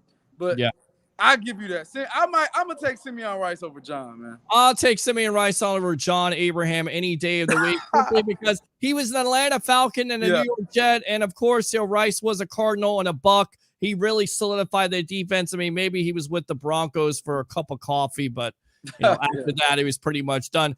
You talked about offensive linemen. You were talking about defensive tackles and offensive linemen like a Tristan Wirfs. Why is he so difficult? Why was he so difficult, in your opinion, to get around? Only gave up 1 sack. What makes Wirfs so difficult for an edge rusher like what we talked about tonight? Well, what made him difficult is he was comfortable. Like he wasn't feeling he had the confidence and he wasn't feeling threatened throughout the whole season. Now there were times where he got close to giving up, but hey, he didn't give them up. But it is a standpoint when offensive linemen are comfortable, they don't give up a lot of sacks. They understand where their sets are going to be. They understand how they're going to set up, and they understand the opponent that they're going against. He's a smart dude, was very comfortable and settled with his steps throughout the season, and he get paid too. Oh, you know what I mean? Sometimes you forget the other guy get paid too, man. It's not as easy as it looks, man. When I was at the Von Miller Pass Rush Summit this year with Von Miller, Max Crosby, Solomon Thomas, Kayvon Chason, just a plethora of pass rushers. It's a great event. It's called Lincoln and Learn. It's a Lincoln and Learning type event with great teachers and coaches like myself, players come share philosophies, point of views. Oh, I can't forget one of the all-time greats, my number 2 all-time, DeMarcus Ware was there spitting knowledge, whatnot. But anyway, Von was at a point that he got settled in his career. Like, man, I'm worried about affecting and hitting the quarterback, and the sacks are going to come. Had a great point, man. Had some thinking about to do what he said in terms about that. Understanding of just keep attacking, keep getting after the quarterback, and the sacks are going to rile up. Now, there's times that could help pass rushers and defensive linemen increase their percentages of getting more sacks by using certain techniques, but his focus on Von knows what he wants to do. He knows where he's going to spin on. He knows where he's going to ghost on. If you get a tight end to chip him, he knows he's going to chip the tight end for about 2 plays, and then after that, the tight end's going to scare because he can't handle Von Miller's speed and strength. He knows what he's about to do, so all his confidence is focused on beating this guy and affecting the quarterback because he knows that the sacks are going to come by it. Let's talk about Mr. Crosby for the Raiders. How good is he going to be this year? And you talked about Chason for the Jacksonville Jaguars. Some high expectations, rookie quarterback in the Trevor Lawrence, but of course it always starts with defense, right? Oh yeah, man. Yeah. The number 2, the reason, especially, was helping me eat out here training these pass rushers. The number 1 position in football is the quarterback. They control the game. They got the ball 99.9% of the time. But the number 2 most important position in football is the guys that go get the quarterback. It's the pass rushers. Right. Why you see guys going high in the draft coming? Why you see the running backs being devalued? Why you see the wide receivers being devalued? Cornerbacks, you need some cornerbacks, but for the most part is the pay raise of being a pass rusher is so high because guys understand that the NFL is throwing the ball 55% of the time now. Just let that sink in your head now. That's crazy. It's completely nuts. It's absolutely nuts. And you have Crosby with the Raiders, Ngakwe, who's very young. I mean, those guys, are they going to put up good numbers so that Raiders team can be somewhat competitive? I completely forgot about Matt. You got me on the road, Blake. I'm going. All right. Left. I'm ping pong nowadays. We got the Xbox and PS5 now, but I'm ping pong right now. And that's what you do. Go ahead, buddy. Go ahead. Do it. How can I say? Max Crosby, man. First of all, great dude, solid dude, but pass rush came on, burst onto the scene, man. Actually took some jobs that he did, man. But same deal. America, what do we love? We love underdog stories. We love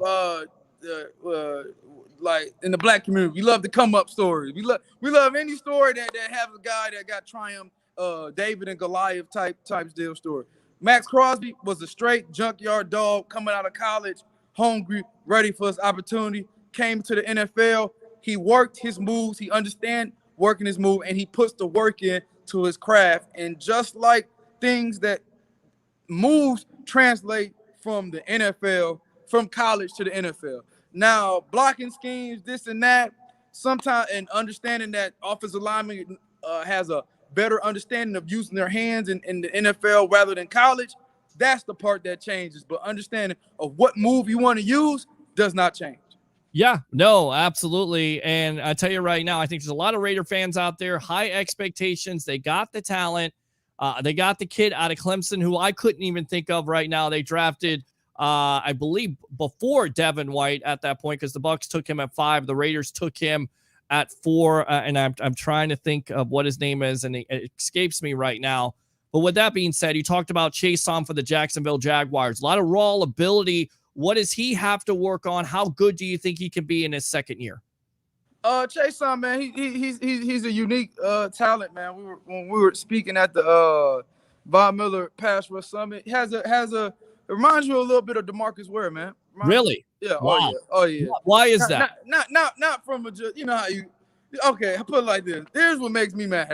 I know I'm going everywhere. You know how like somebody tries to compare somebody due to the fact that they're the same height or they're the same color, or you know you get what I'm saying? Like, oh yeah, he's Luka Doncic, he's Larry Bird. The only reason they're saying that because he's not Larry Bird. But put it like this: Chase on, he has a movement, he has a bend like him. He understands that the using his size scissors, and he's known as the swipe guy. So next time if you see him, refer to him as the swipe guy, because that's what he's known as in the pass rush community and pass rush family.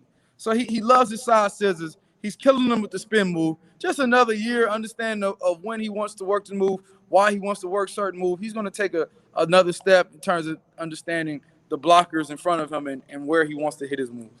All right, man. I know you got to go. Great information tonight. Coach Des Walker here of the Chuck Smith Systems. Go ahead once again and promote yourself, because you're not going to be a stranger here on the Sports Web. We're going to get you on here a lot more to talk about this Bucs defensive line and defensive line period, because I'm going to steal a phrase from my former co-host from a radio station in a galaxy far, far away. I'm a defensive guy. I'm absolutely a defensive guy. Sir. And you teach me so much. Go ahead and promote yourself once again here on the How Evolution. you doing, man? I'm Coach Des Walker, a.k.a. Samurai Sack. That's what they call me.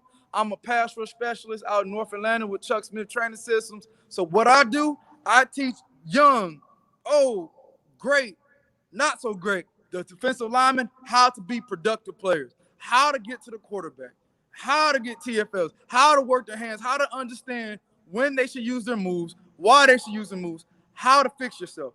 And these parents out here who have kids that need to get trained up, if you want to train with me, call me at 833-222-7225. At 833-222-7225. Get your kids trained up now, or you're going to be mad in the stands later. Love it, man. Love it. There you go. Coach Des Walker of the Chuck Smith Systems. I got to get out there sometime, get my camera out there, get you out there, man. Look, put me through it. I'm gonna try to get in shape here. I'm gonna be 43 this year, so yes, I'm really trying to get in shape, my friend. Thanks a lot, Samurai Sack, and I got this for you. Finish him. Right there from Mortal Kombat. I know you like that. Thanks a lot for your time here on the Evolution of Sports Talk Television. All right. Absolutely. See you, people. Right. See you, bud. There you go, Coach Des Walker, right there, just killing it. That's what I'm talking about.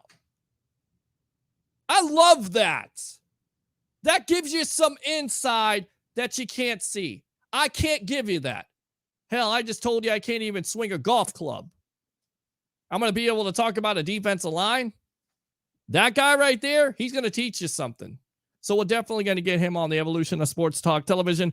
Let's go out to the comments here and open phone lines. I mean, I hear this tonight. I don't know what's going on. But yeah, it's must-see TV. I mean, you got a legend like Leo Haggerty giving you the latest, getting you ready for Bucs versus the Titans. You ready to go? I'm ready. Oh, yeah. I'm ready to go, even though they're not playing their starters. It's okay. We'll get a chance to see the second and third stringers. We'll get a chance to see guys fighting for positions and jobs and see how they respond against that physical defense of the Tennessee Titans. Absolutely. All right, so let's go out to these webheads here.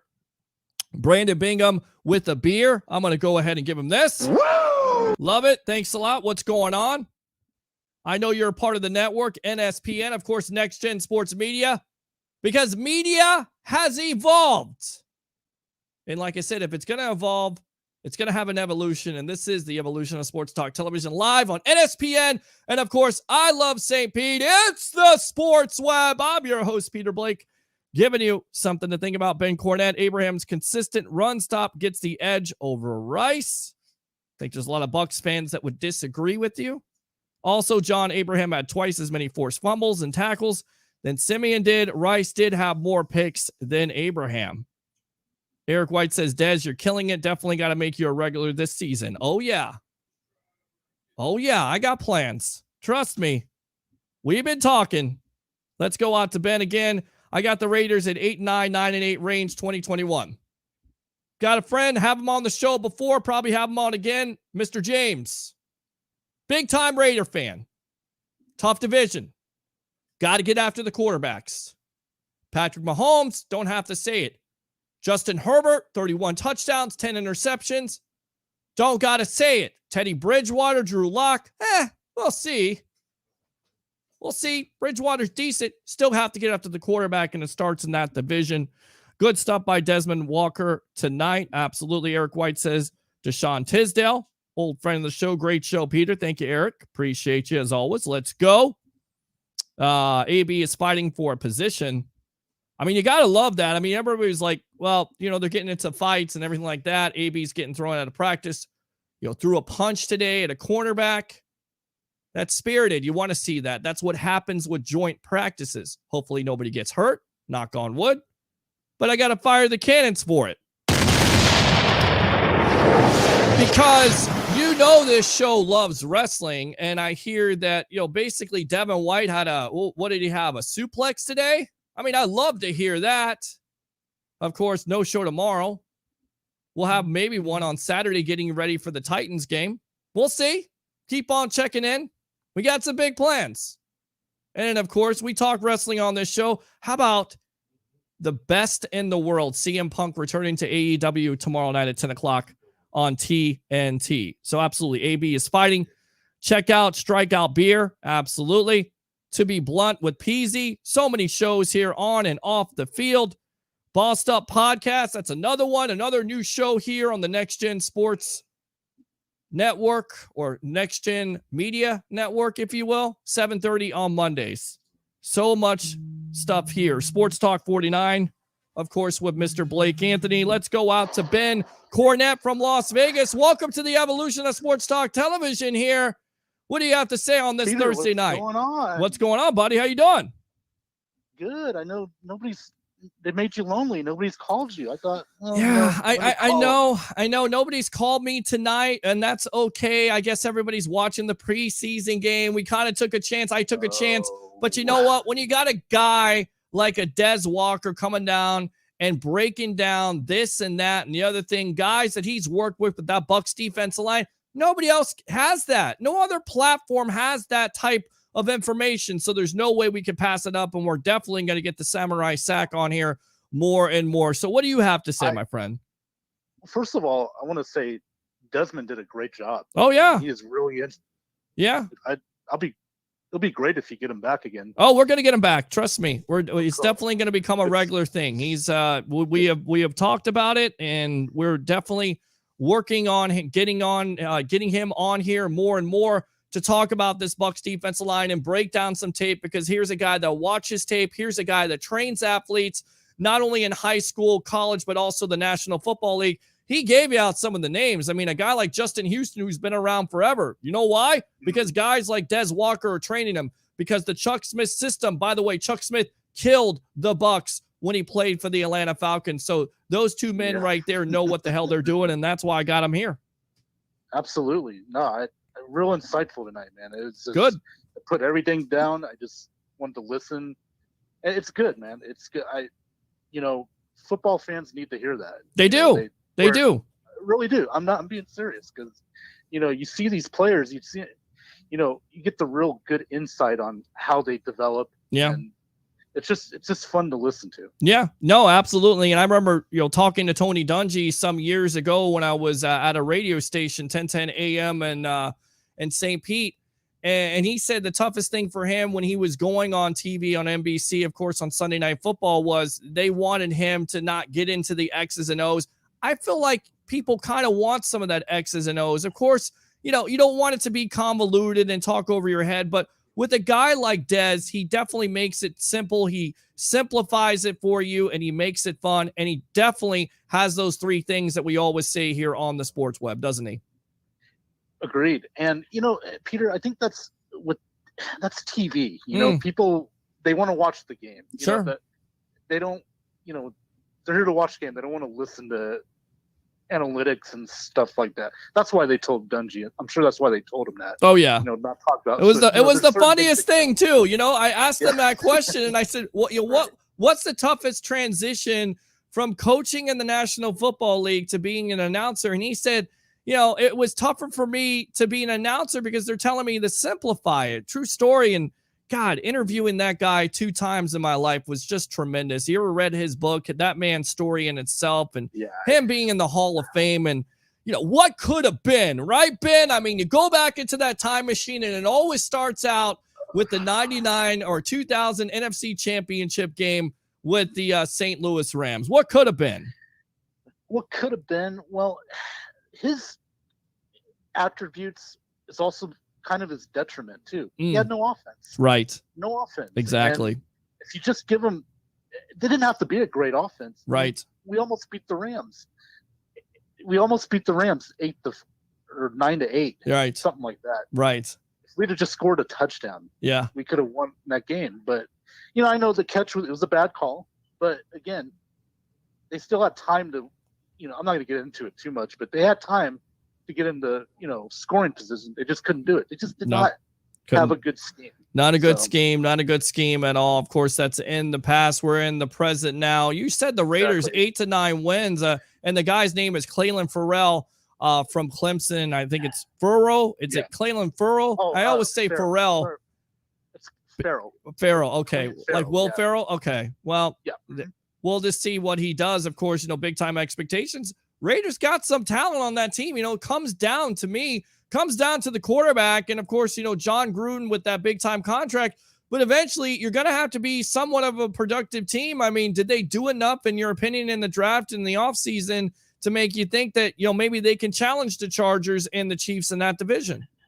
Well, I think they challenged the Chargers. I think they got more experience there. The Chiefs, now they did beat them last year. Right. So in KC. Correct. But so, it's there. I don't know, Pete. I live out here. I see it's just kind of typical Gruden. Yeah. Says a lot of great things. There's no pressure on him. I think that's the problem. Yeah. Because if you notice, he has a 10-year contract. Sure. $100 million. Right. He's in his 4th year. And if you fire him now after the 4th year, you still owe him $60 million. Yeah. So I just don't. I don't know. I think there's just not enough pressure on him, and he's just going to be laxed. You can't be lax, man. I mean, this team has too talented. They can win 11 games. I just see an 8-9, 9-8 team. I just see mediocrity. Yeah, I mean, and that's been that's kind of followed John Gruden's career ever since he won the Super Bowl. He's never really been able to reciprocate Leo word that success with the Bucs, and it's because of questionable free agency, veterans, and also drafting. Alex Leatherwood, I get it. He's an offensive tackle out of Alabama. I think he wears too many hats. Right. And look, you have Mike Mayock there, use that resource, and hopefully they're working together. But really, honestly, in my heart of hearts, I think he's the fall guy. If anything doesn't work out, Mike Mayock is the guy that's going to get fired. He'll end up back on NFL Network. But, Gruden basically does make the final decisions, and you're exactly right. He wears too many hats.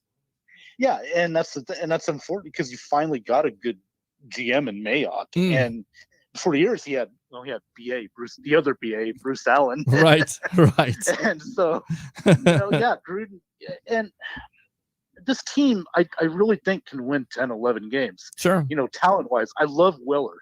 He's one of the better tight ends in football. I mean, just a real talent, and Derek Carr's not a bad quarterback. not great, but not bad. I think that's the thing with Gruden. It's almost like he wants to get somebody better. Right. He's fully committed. He's always that type of coach. That's what I've seen from him. The quarterback isn't enough. I'm searching for somebody else. That's why I'm surprised if he truly did turn down a Tom Brady, and it certainly seems like that could be a possibility for Derek Carr. And look, Brady didn't want to go there anyway. He talked about it. If that's the team, I would be shocked by that. But then again, who knows about John Gruden? He's also petty, and we've heard of these two-faced. So at the end of the day, he has a big-time contract. He has to be productive. And if he's not, then eventually, eventually he probably won't be fired. He's taken ownership of that team, so somebody else will get fired. But I think Derek He'll be Carr, there 6 years. Right. I think at least 6 years. Right. Yeah. Exactly. So what else? Well, today, from what I read, I love it, man. The scrimmages, I thought it was great. Right. Everybody's talking about the fighting. Antonio Brown was throwing out good. I mean, don't hurt your hand by throwing that punch, but good. You want to see that spirited competition. You want to see that, especially with those starters not playing on Saturday night. And then with the day they had on Wednesday with all the drop passes and BA losing his mind, which we've seen that.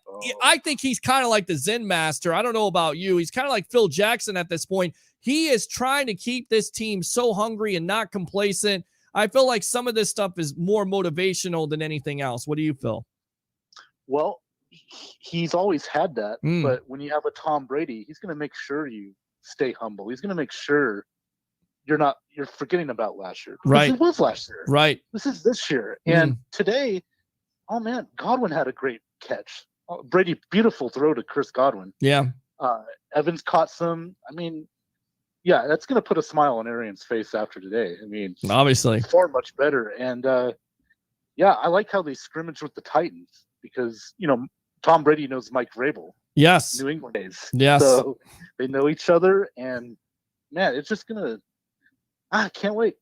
I can't wait. You're only a couple of weeks away because you've got this week and then Houston, and then after that it's the Dallas Cowboys, and we'll see if Dak plays in that game. But he's not playing. I don't know. I mean, according to Gil Brandt, we'll get to that in a moment. He's saying that Dak is going to play in that game. But my problem is, even if he does play in that game, the first hit or first couple of hits he takes, how's that shoulder, how is that injury going to hold up? Because that is an ongoing thing. It doesn't go away. Yeah, no, it doesn't. And remember, he's coming off surgery. So he's not, you can be in great physical shape. Right. But you're not fully in football shape yet. Yeah. And if he's not practicing, it's going to be really hard. Yes. Yeah, we're going to win this game. That's my prediction, with or without that. Because I think we have a more talented and experienced team. So sure. Well, Julio Jones are not playing in this game, and Derrick Henry's not playing in this game. I definitely think. I'm talking about the Cowboy game. Yeah, the talent wise over that game, absolutely. Because defensively, I think the Cowboys have their big time questions, and I think it should be a blowout. But who knows? Again, National Football League, year after year, we see a surprise. I just don't see it happening with this team. I definitely think this team is focused on the prize at the end of the day, and of course, it's Super Bowl or bust, in my opinion. So good stuff, buddy. Are you looking forward to seeing the best in the world in CM Punk on AEW tomorrow night? I am going to a baseball game, so I have to DVR it. I may go to a baseball game too, because I actually got asked by Travis Fadley of Rocket Sports and Entertainment if I wanted to go to a baseball game, but I've got to record it because I want to see how it's set up. It's in Chicago. It's at the United Center. Yeah. It's so good for wrestling. I know we talk about it on this show. I'm excited about it. I'm excited about the future of AEW. I don't know what to think about WWE. I am too. And I'm going to SummerSlam Saturday. Very nice. Congratulations. I'm going to Allegiant. Thank you. I'm going to Allegiant Stadium. I'm actually looking forward to Rampage. Yeah. I mean, CM Punk. Yeah. Last night was a great show. Yes. Just a great show. Overall, top to bottom. They just know how to book. They know how to put guys over. They know how to put guys in the right positions. You don't see a lot of dangerous accidents or bumps or gaffes by the wrestlers. I mean, it's well done, it's well produced. it almost feels like WCW with the talent again. And that's how it's been. I was surprised by the result of MJF going over on Chris Jericho, but I get it. I understand it. I mean, look, and to me, MJF right now is so over as a heel. He's one of the best heels in the business. You had to do that. I just thought that Jericho was going to win it with all that, going through all that and still losing to MJF. I don't know where you go from there. But my point of emphasis is, look, I get it. You got Kenny Omega, who's the champion. You got Christian Cage eventually taking him on. When does MJF ascend to that role of not only being the top heel of the company, but also being a world champion? Because I think he does need some gold at this point, right? Yes. Okay, as far as MJF, it was the right call because you don't want MJF to lose. Then he's not going to be as heelish. You need to have that steam on him. Yeah. And I'll tell you what. Hangman is going to beat Omega either at Full Gear or Evolution in a few months. Sure. They're just building that's where I think you'll see MJF start to get to that world title shot. Yeah. Because you need a good baby face. Omega's a heel, so you can't put heel versus heel. So I think it's going to be Hangman and MJF. Yes. Down the road for the title. I would love to see that. I'd love to see Hangman, like you said, take the belt off of Omega. I love the storyline. I love the interaction of New Japan Wrestling and Impact. I think it's great. I think it's been missed by the fans. I think it's a good thing to join up. Even NWA Power with Billy Corgan, what they're doing right. And it's just amazing. It's an amazing time to be a wrestling fan unless it's WWE. Consequently, though, you're going to SummerSlam. Are you looking forward to seeing Roman Reigns versus a John Cena? Are you looking forward to seeing a Bill Goldberg? Look, let's all face it. It should be Brock Lesnar versus a Bobby Lashley. I mean, why do you continue to pay all this money for a Bill Goldberg who's basically a 4 moves of doom guy? I don't understand it. They're having buyer's remorse right now. They have to be. A few years ago. It's terrible. The contracts are. He's got 2 matches a year. It's terrible. So it's just terrible. It doesn't do anything for Lashley. It's a waste of money. Right. You have all this talent that you don't use. You let all this talent go. You have Andrade, you let go. Malachi Black, Bray Wyatt. Hello, Bray Wyatt. When he goes to AEW, forget it. The ratings war may be over with at that point. Much talent. How about Andrade with Ric Flair this past Saturday? And how about seeing Ric Flair in that picture with whatever the hell he was doing? I mean, that guy is definitely a jet flying, wheeling, stealing, profiling and styling man. Unbelievable. Kiss Dillon. He's Andrade. He says he wants to bring the whole family to AEW. Charlotte still has a couple of years left on her contract. WWE's gonna really need to. They're gonna really need to make Charlotte happy if they're gonna keep. Well, they can't bury her. Look, they can't bury her like Zelina Vega or Lana, which is what the WWE's done to the wives of those wrestlers that have moved on to AEW. Which I don't understand. Look, if you're getting a paycheck, I guess it's all well and good. Let me go out to Troy Polamalu here. I got to read this because he's trying to be a troll like you. I'll be watching Kurt Angle versus Shawn Michaels. How about this? Shut up! All right, so he's watching the Peacock. Yeah, that's it. He's watching the Peacock, exactly. All right, good stuff, Ben. So give me some predictions on SummerSlam really quick. Who wins that match? Okay. John Cena versus Roman Reigns, Lashley versus Goldberg. Go. I'll go Roman. Got to keep him hot. Okay. Okay. John's doing movies, so Lashley will win. Okay. And I think Nikki ASH is going to keep the title. It should go to Charlotte. God, Charlotte with another title reign. Just kill me right now. Just kill me. And Nikki, I mean, it's just awful. All of them, they're just awful. Throw it away. Just promote the girls from NXT. Let them wrestle. It's just terrible on Raw. Terrible. Say goodbye to NXT because they buried that. Well, they buried that because of Triple H had his name on that. So and then Bianca, I got her over Sasha. Okay. I don't think they take it off that soon. All right. Good stuff, man. All right. There you go. Good stuff, Ben Cornett. Appreciate you. Keep on calling the evolution of sports talk television. All right. Have a good night, Pete. Thank you. All right. Yeah. I love it. Love talking wrestling.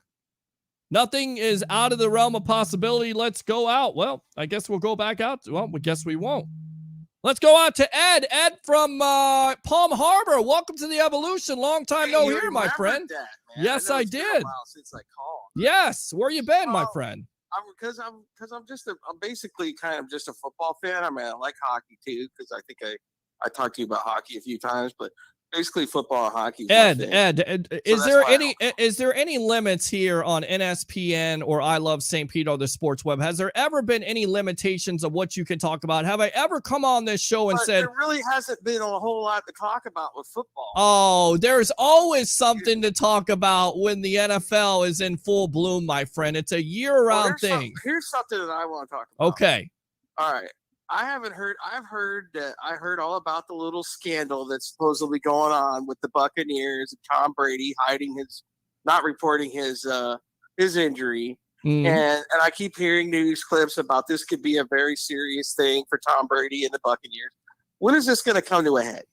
No idea what the NFL is doing. I mean, we don't even know what the Deshaun Watson situation. I mean, they do it at the last minute on purpose. And honestly, I feel like it would be a PR nightmare if you suspend Tom Brady for a game, especially the first game of the season versus the Dallas Cowboys. So honestly, at the most, I think the Bucs are fined, maybe lose a draft pick, but at the end of the day, they're fine, lose a draft pick. Was it worth it? I mean, Ed, was it worth it for the Bucs to hide? Absolutely. I'm not mad at right. them for doing that. Right. I'm not mad at right. all. I think it's a dumb rule anyway. Right. Exactly. That's not the point. Right. That's not the point. He's already been suspended for one game before for somebody else. Mm-hmm. I just hope they don't throw the book at him and say, okay, 4-game suspension. That would just be bad. I mean, somebody has to let me know what the advantage of hiding an injury when it's already. Look, there's nothing you can do. Like Tom Brady played through a torn MCL. What's the advantage for the other team not knowing that? They're still going to try to hit him. They're going to try to hit him. Still hit him anyway. Right. Right. Man, I don't know what the NFL is thinking. This is what I got to say to the NFL. I mean, exactly. I mean, focus on Deshaun Watson. Focus on protecting the shield. Don't focus on the greatest of all time, the greatest team last year to win a Super Bowl. There's just so much hatred. Right. I think the NFL hates him. That's why. Well, I think the NFL, the haters are out. I mean, they hate everything on social media. They hate Tim Tebow. I mean, this guy got blasted. He shouldn't have a position on the team. I mean, look, he's not the greatest, but God, why so much hate? Everybody hates so much on social media. Twitter is just one of those things where you just have to stay off of it for a little bit. You really do, because if you don't, you start to hate everybody yourself. Tom Brady, though, he's a nice guy. Because he's won so much. It's one of those things where you hated Joe Montana. You respected him, but you hated him. Right? But there were fans out there that hated Joe Montana. There's fans out there. We had social media, but when Joe Montana was playing, I mean, there's probably why we didn't have. There's people that didn't want to see them all the time on national television. They want to see different teams. So that's the hatred. I love watching him all the time. Right. Dude. Right. He's one of the reasons why I got the before he came to the Bucs, you were a Tom Brady fan? Yes. Okay. You know why? Okay. Because 4 years ago, mm-hmm. I picked him up on a keeper league. Okay. In fantasy football, and he won 2 championships for me back to back. I won some money. So, yeah, I loved him after that. How much money did you win? I started watching him. What's that? How much money did you win? Oh, like $500. Whoa. Still, very nice. Very nice. Yeah, okay. Gets $500. All right. I'll give you that. Good stuff there. So, but, but when I let him go, and I was stupid. I let him go when he quit the Patriots. I didn't know he was coming to the Bucs, but I'm not going to get him back now. So, but right. anyways, so yeah, that's when I became a fan. I've always hated the Patriots because they always been able to beat up on the Bucs. So I wasn't really his fan, but I picked him up. Like I think it was like 3 or 4 years ago, in a keeper league, and he won me some money. So that's why I'm his fan. Okay. And I've been following him. So fair enough. You think that's a good reason to be his fan? Absolutely. I think to be a fan, look, you won money, and then on top of it, he's the greatest of all time. And like I said before, it always goes back to winning with those teams. The reason why fans hate some of those players and teams because they win all the time. And you're going to see it more this year. I mean, you see it from Pro Football Talk. Every article they write, it seems like it's against the Tampa Bay Buccaneers. Like they want to get them. Ooh, we got you. No, you didn't. Still won the Super Bowl. Take that. Yeah, I mean, I can't wait till they play the Patriots, dude. Well, and that's gonna be awesome. That's gonna be an awesome. That's a double awesome day. I'll tell you why. Because not only is it a Sunday night primetime game, but it's also my birthday. So anybody who wants to give me a birthday gift, go ahead and contact me. We'll be out at some location. We're not gonna go ahead and go into that yet. That's a surprise. But once you know. I expect a birthday present from all the webheads. Well, I hate to steal the show from you on this one, but my birthday's coming up in 2 weeks on September 4th. Well, happy birthday. So, you guys thank you. So if anybody wants to send me a birthday gift.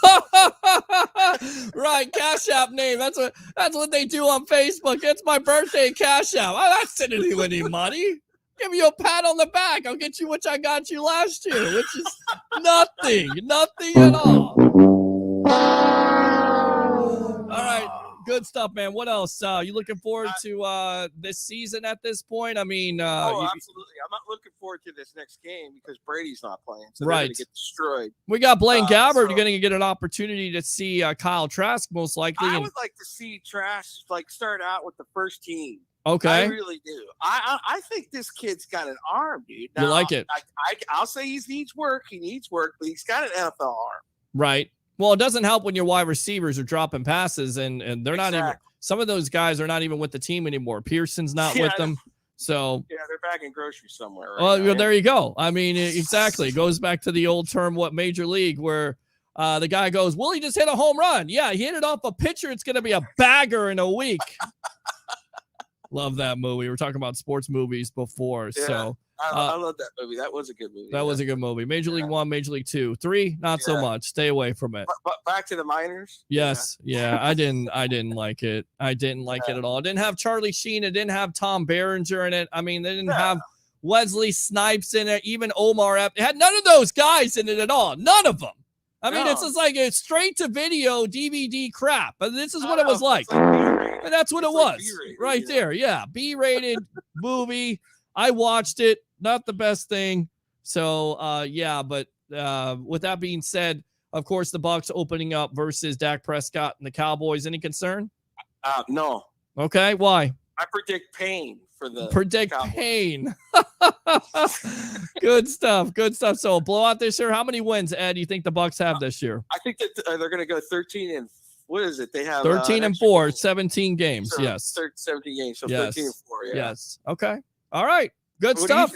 What do you think, man? I'm 13 and 4, 14 and 3 around there. I'm not going to reveal it yet. You will have some type of prediction show or before the season, so I don't want to give it away. But okay, just say we'll be in that area. Just keep on tuning in here. What else there, Ed? I always tune in, man. Well, good. Well, you don't call in. You don't call in. You got to call in. You got to interact. That's what we do here on the Sports Web. We got to have the calls. I know. I mean, I give out my personal guys. Ed, I give out my personal number to all you guys. I could have like women call me right now. I could be trying to get a date at this point. Right, but I don't have no women calling the show. I got all these webheads, and then you go all crickets on me like this. I mean, what the hell is wrong with you guys? I give. You don't give me back. No, I'm just joking. Ed, you're one of my favorite webheads. I hope you're safe, my friend. So what's the deal with this new gig? Are you going to have a location or what? Oh yeah, we got some locations picked out, and we're gonna have an announcement on it, and you'll see us, and it will be the same thing. And I read something on Facebook the other day. Someone's like, "I miss you. Where did you go?" I'm here. I'm on a different platform. Same type of show. We give the fans the opportunity to call in twice. We give the fans the opportunity to text in and talk about what they want to talk about. And as long, I'm not saying that's changed. Well, there's fans out there who actually think the show changed the platform. The only thing that's really changed is we're on a new platform and there's no limitations. Somebody else is paying your paycheck, in other words. Right. Yeah. Exactly. Which is always a good thing, and then that's what they say, right? Here comes the money. I mean, exactly. I mean, that's it right there. I'm all about it. So good stuff, Ed. Thanks a lot for the call, man. Definitely don't be a stranger. All right. All right, brother. All right. Good stuff, bud. Love that guy. All right. Let's go out to the webheads here, and then we will end this show for the night. Didn't think we were going to get 2 hours out of it, but I tell you right now, Des Walker, Leo Haggerty. I mean, I don't know where you go wrong with those guys. Honestly, I don't. So Let's see here. What's up? I don't know who that is. I don't know who's saying that. Go Buccaneers. Is Gruden a Hall of Famer, says Christopher Cole. That's a good question. I don't know if he is. I mean, even though he won a Super Bowl at the time as the youngest coach in NFL history, I'm not sure if he is a Super Bowl contender, or I mean, a Hall of Fame guy. Need everyone here to go like Peter's network, NSPN, Next Gen Sports Media, because if sports media is going to evolve, you got to have an evolution, and that's what you have here. And again, just to make it clear, nothing's changed. The show is the same. It's going to get better. We're going to have more guests. We're going to talk more than the Tampa Bay Buccaneers, but we're going to still focus on the Tampa Bay Buccaneers. We may talk USF. We may talk around the NFL. We may talk about the Tampa Bay Rays who won today over the Baltimore Orioles. Thanks a lot for showing up. 15-1 the Rays are against the Baltimore Orioles. Can they play them again? Please, please, please. Complete domination. We'll talk about your Tampa Bay Lightning. So plenty of things to talk about here. Dak's leg isn't ready. Well, it's not his leg. It's his shoulder. I'll be watching Kurt Angle versus Shawn Michaels, who read that. Good stuff. I mean, Dallas is worried about how Dak's leg is going to react to game speed. That's certainly possible. Of course, he's coming off the ankle injury, so that's a good point. We hate Belichick because he ain't nothing but a proven old cheater. A lot of hot chicks watch this show, Peter. Well, that's good, Troy Polamalu. Hopefully you tell them and refer them to the evolution. Of course, go like and follow NSPN on Facebook. Go like and follow I Love St. Pete, another platform. Go to my YouTube channel, The Sports Web. Go to NSPN's YouTube channel, like and follow there. OnlyFans. I hate to tell you, that's closing down here pretty soon there, pervert. October 2021. Just saw that Ric Flair will return to NWA's next pay-per-view where it all started for him. Very cool, Ben Cornette. Very cool. Woo! Love it. So, again, we only have a couple days away from Tampa Bay versus the Tennessee Titans. Of course, none of the starters are going to play in that game. Blaine Gabbert's going to get the start. We'll see how this all goes. Talking to my mother, because I get a chance. I'm going to wrap it up with this. Talking to her today, she's sending me articles about a team being 100% vaccinated, the Atlanta Falcons. And she makes a great point. There's players out there that have been resistant to get vaccinated. And she says, that doesn't make any sense. And I say, why? And she says, well, players are refusing to vaccinate, but yet media members that cover the team have to be 100% vaccinated. Owners, coaches, they have to be 100% vaccinated, even fans. What makes the players higher than thou to not be vaccinated? That's a great point. Honestly, I'm hoping that everybody does get vaccinated because you don't want to see an outbreak. And when you hear about Lamar Jackson and Kirk Cousins not wanting to get the vaccination, it's somewhat disappointing. So we'll see what happens. Of course, we all want the fans to be there, and we just want to get back to some normalcy. It's normalcy here on the evolution of Sports Talk Television. Thanks a lot to NSPN. Of course, I Love St. Pete. Thanks to the guest tonight, the legend himself, former Coach Scout and now media member of Night Sports Productions, Leo Haggerty, and of course, Coach Des Walker of the Chuck Smith Systems in Atlanta, Georgia. Coach Samurai Sack. 2-3 things for me early on this Friday morning. Almost Friday, guys. Thank God it's Friday. Bring your passion. Bring your excitement. Just don't bring any nonsense. I'm your host, Peter Blake. Here comes the money. Giving you something to think about. Have a great night.